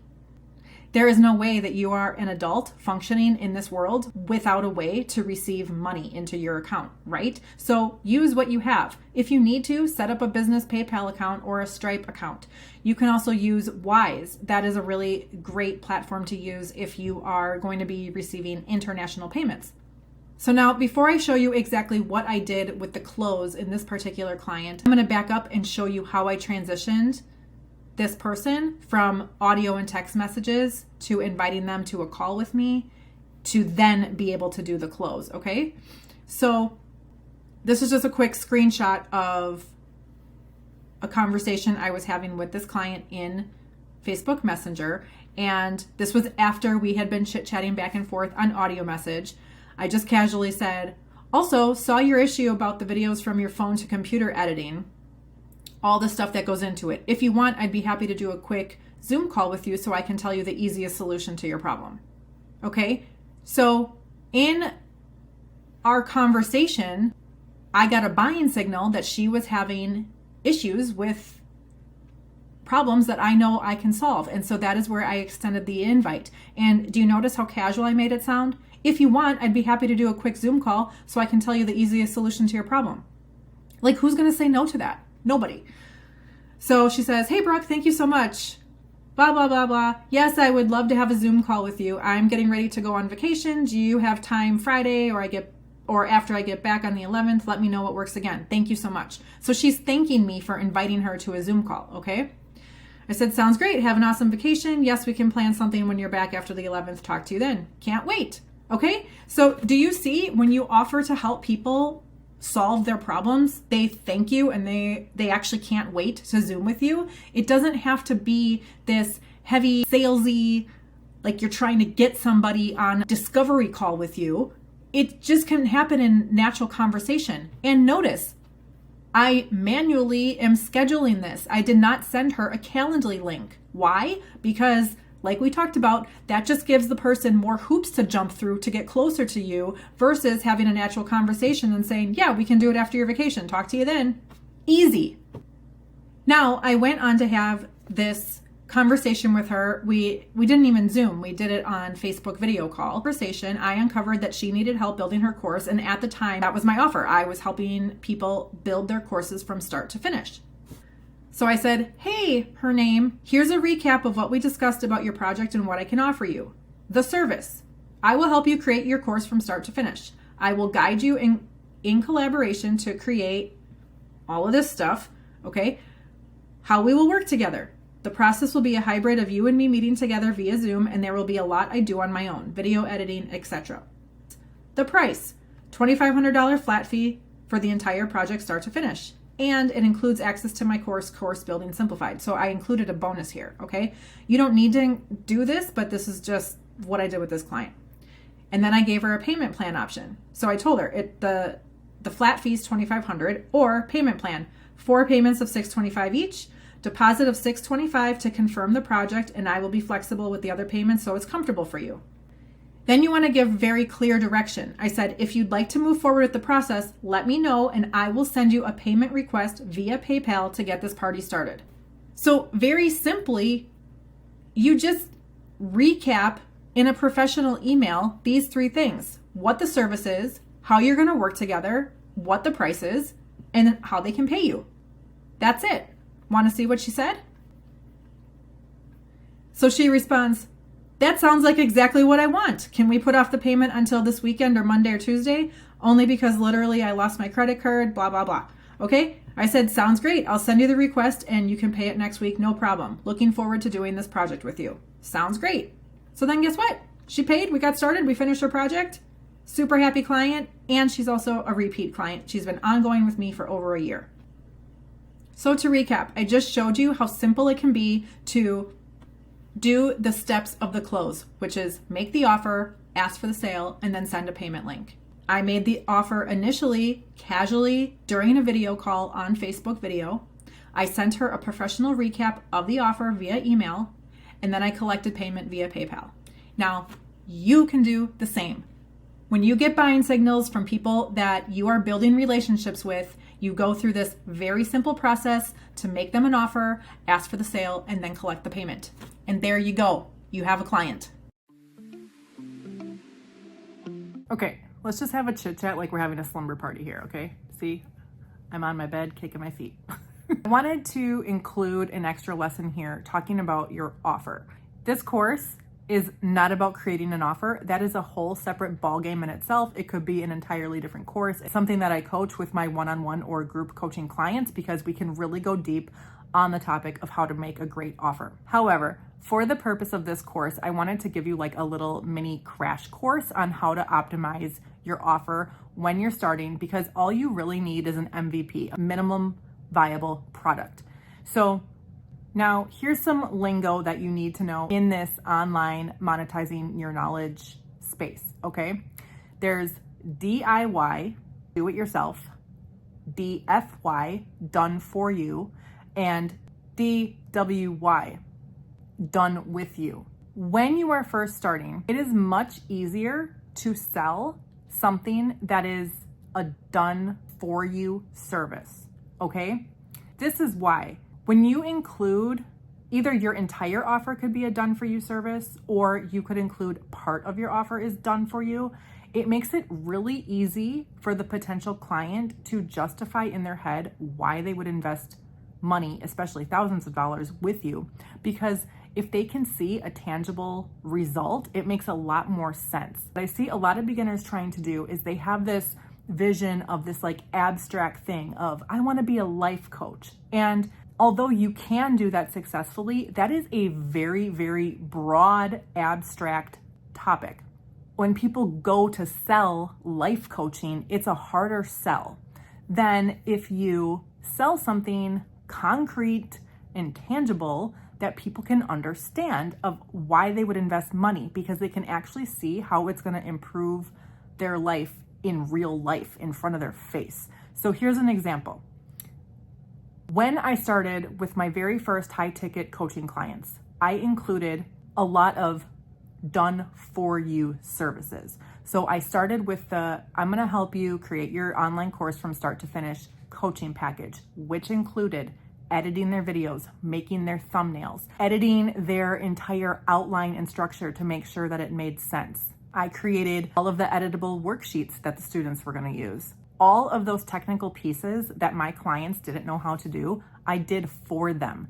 And that created a no-brainer offer for them to say yes to, because it was not just this, I'm going to coach you through the process, and then they still had to go and figure out all those things on their own. It was like, I'm going to help you create your course from start to finish, and literally any single moving piece that you don't know how to do, I will do for you.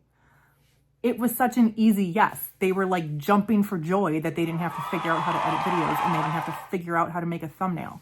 and they didn't have to figure out how to upload the videos to the platform, and they didn't have to figure out how to make worksheets for their students that could be edited digitally, and all of those things. So when you're starting, I would say, take a look at your offer. Like if you have an offer that you have been trying to sell, but you're having a really hard time, ask yourself if it includes a done-for-you service.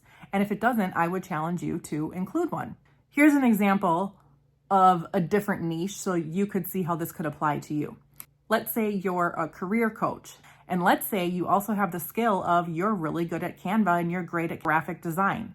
What you could do is in your career coaching package, you could also say it includes a done-for-you professionally designed resume or CV. I know a lot of people call it. I don't know about you, but back in the day, years ago, when I used to have a job and had to make a resume, like that was such a pain in the butt.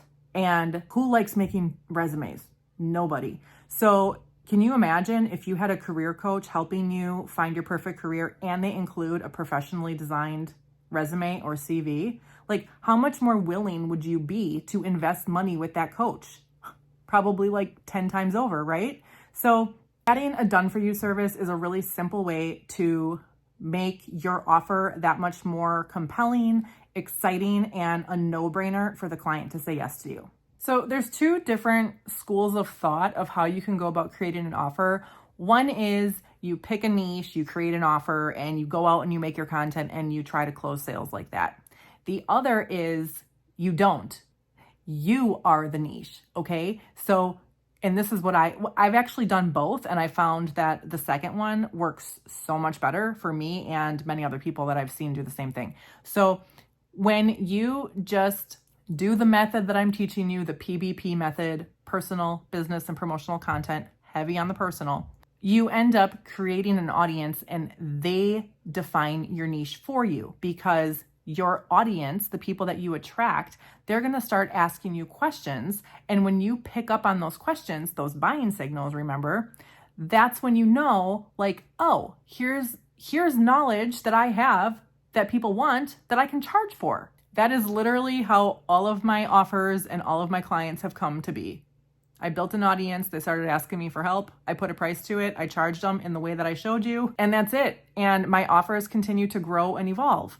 And that can happen for you too. So in the example I showed you of closing the sale with the creating your online course offer, that client started as a client for me helping her build her online course. And now she has continued to work with me and she calls me her life coach. What started as an offer that was a hybrid of coaching plus done-for-you services where I was like editing her videos and doing the thumbnails and all that. Once we got through that phase, she discovered that actually through the process of like bringing that course to life, what I was really doing was coaching her. I was coaching her how to be confident on camera. We uncovered a lot of things that come up like self-doubt and insecurity. And I was able to coach her through those moments. And so she started referring to me as her life coach. And then when we finished creating her course, she asked if she could continue working with me as her life coach on a monthly basis. And she's been working with me for over a year now. And that is the cool thing, especially when you have repeat clientele. As you help your clients grow and you grow, your offers will evolve and how you help your clients will evolve. What I'm offering now is wildly different than what I was offering a year ago, even from what I was offering 6 months ago. And probably in another year from now, I'll be offering something wildly different than what I'm offering now. It's a continuous evolution. So just know that. Don't get yourself so hung up on, oh, what is my offer? Like, you're not just going to have one offer. You will have many offers. Because again, your goal is to create a lifestyle business that is going to grow with you and be sustainable for the long term. Well, in 5 or 10 years from now, I can guarantee you're not going to be offering the same thing that you're thinking of offering right now. Here's another example of a buying signal. Right now, I can tell you that I could start a service where I critique people's content. Do you know why I know that? Because I have buying signals. I've picked up on a pattern. I have so many people. I'm talking, I probably have at least 20 different people a week sending me messages in Messenger, asking me to watch their videos and give them feedback on them. I even have people sending me their video and saying, did you see this? Or just not even sending me the video at all and saying, have you seen all my latest videos last week? What do you think about them? Well, I create more than I consume. So I don't see other people's videos all that much. I mean, I do see them from time to time, but I'm creating my own content and doing my own thing. Okay. But because there's so much demand, because people are asking me the same thing over and over, can you watch my video? Can you give me feedback on it? Well, now I know that I could actually charge for that. That's something that people actually want and need. I don't think I'm going to do that, but that's just an example. It's a pattern that I've picked up on. It's real people asking me for a real service. So I know that I could put a real price tag to it if I wanted to. Okay. So you can apply that to yourself. What are the things that people repeatedly ask you for? Pick up on those patterns and then realize that that is a product. That is how you literally monetize your knowledge. Like, it is so simple. It doesn't have to be this big fancy to-do, okay? People ask for your help, you charge them for it. Simple as that. So to wrap it up, I know this course is not about creating offers specifically, but that's my 2 cents on how you can start off in the easiest way possible as a beginner before you have any clients. If you don't have an offer at all, make content, build your audience, pick up on buying signals, and make offers based on what they're asking you for. And if you do have an offer, but you're not having any luck selling it, try adding a done for you service to really make that offer a complete no-brainer and get clients to say yes. So I hope that was helpful. Bye. Most people freak out when they go to sell or make an offer because they're afraid. They're like, well, what if somebody says no? It's like, okay, so what? But to me, it's not a big deal. Maybe because I've been doing sales for like a billion years. Here it is, super simple. The easiest and most powerful thing that you can do is decide ahead of time these things in your mind, okay? These are like mindsets or mantras to have, okay, to eliminate this fear of objection. The first one is the client is the lucky one who gets to work with you, not the other way around. Number 2, you are not desperate for sales. Number 3, don't take it personally if people don't buy from you. And number 4, you only work with clients that you love and are genuinely excited to work with. If you adopt those 4 principles, you won't be afraid of people telling you no. So in other words, like, there is no such thing as people objecting you or saying no to you. It's actually the other way around. It's like, who am I going to allow to be my client? I'll decide. Here's another thing. It's not your job to convince people to work with you. It's your job when you are making an offer or closing a sale to guide them in making a decision that's going to be best for them. All right. Now, most people's common objections are they don't have enough time or money. When people say that, it's really just an excuse. Either they don't believe that your product or service is right for them, like they don't believe that it's going to work, they don't believe in the value, or they don't believe that they can actually do it. It's not really about if they have the time or money. It's about how invested they are in their own journey and wanting to solve this problem for themselves. It's really not about you or your service. So again, you don't try to convince people to work with you. You just let them know, like, hey, I wouldn't want you to waste your time or money on something that's not going to add value to your life. So, make the decision that's best for you and I'll support you either way. And that's it. That's how you create a win-win for you and the other person, whether or not you close a deal or not. So that's it. Now you don't need to be worried about handling objections. Okay, class is dismissed. Thank you for coming to this course. I hope it was helpful for you. If you've got any questions, let me know. For more resources, to learn how to apply to work with me and all that other kind of stuff, all the links will be in the description box below, and we will see you next time. Peace out.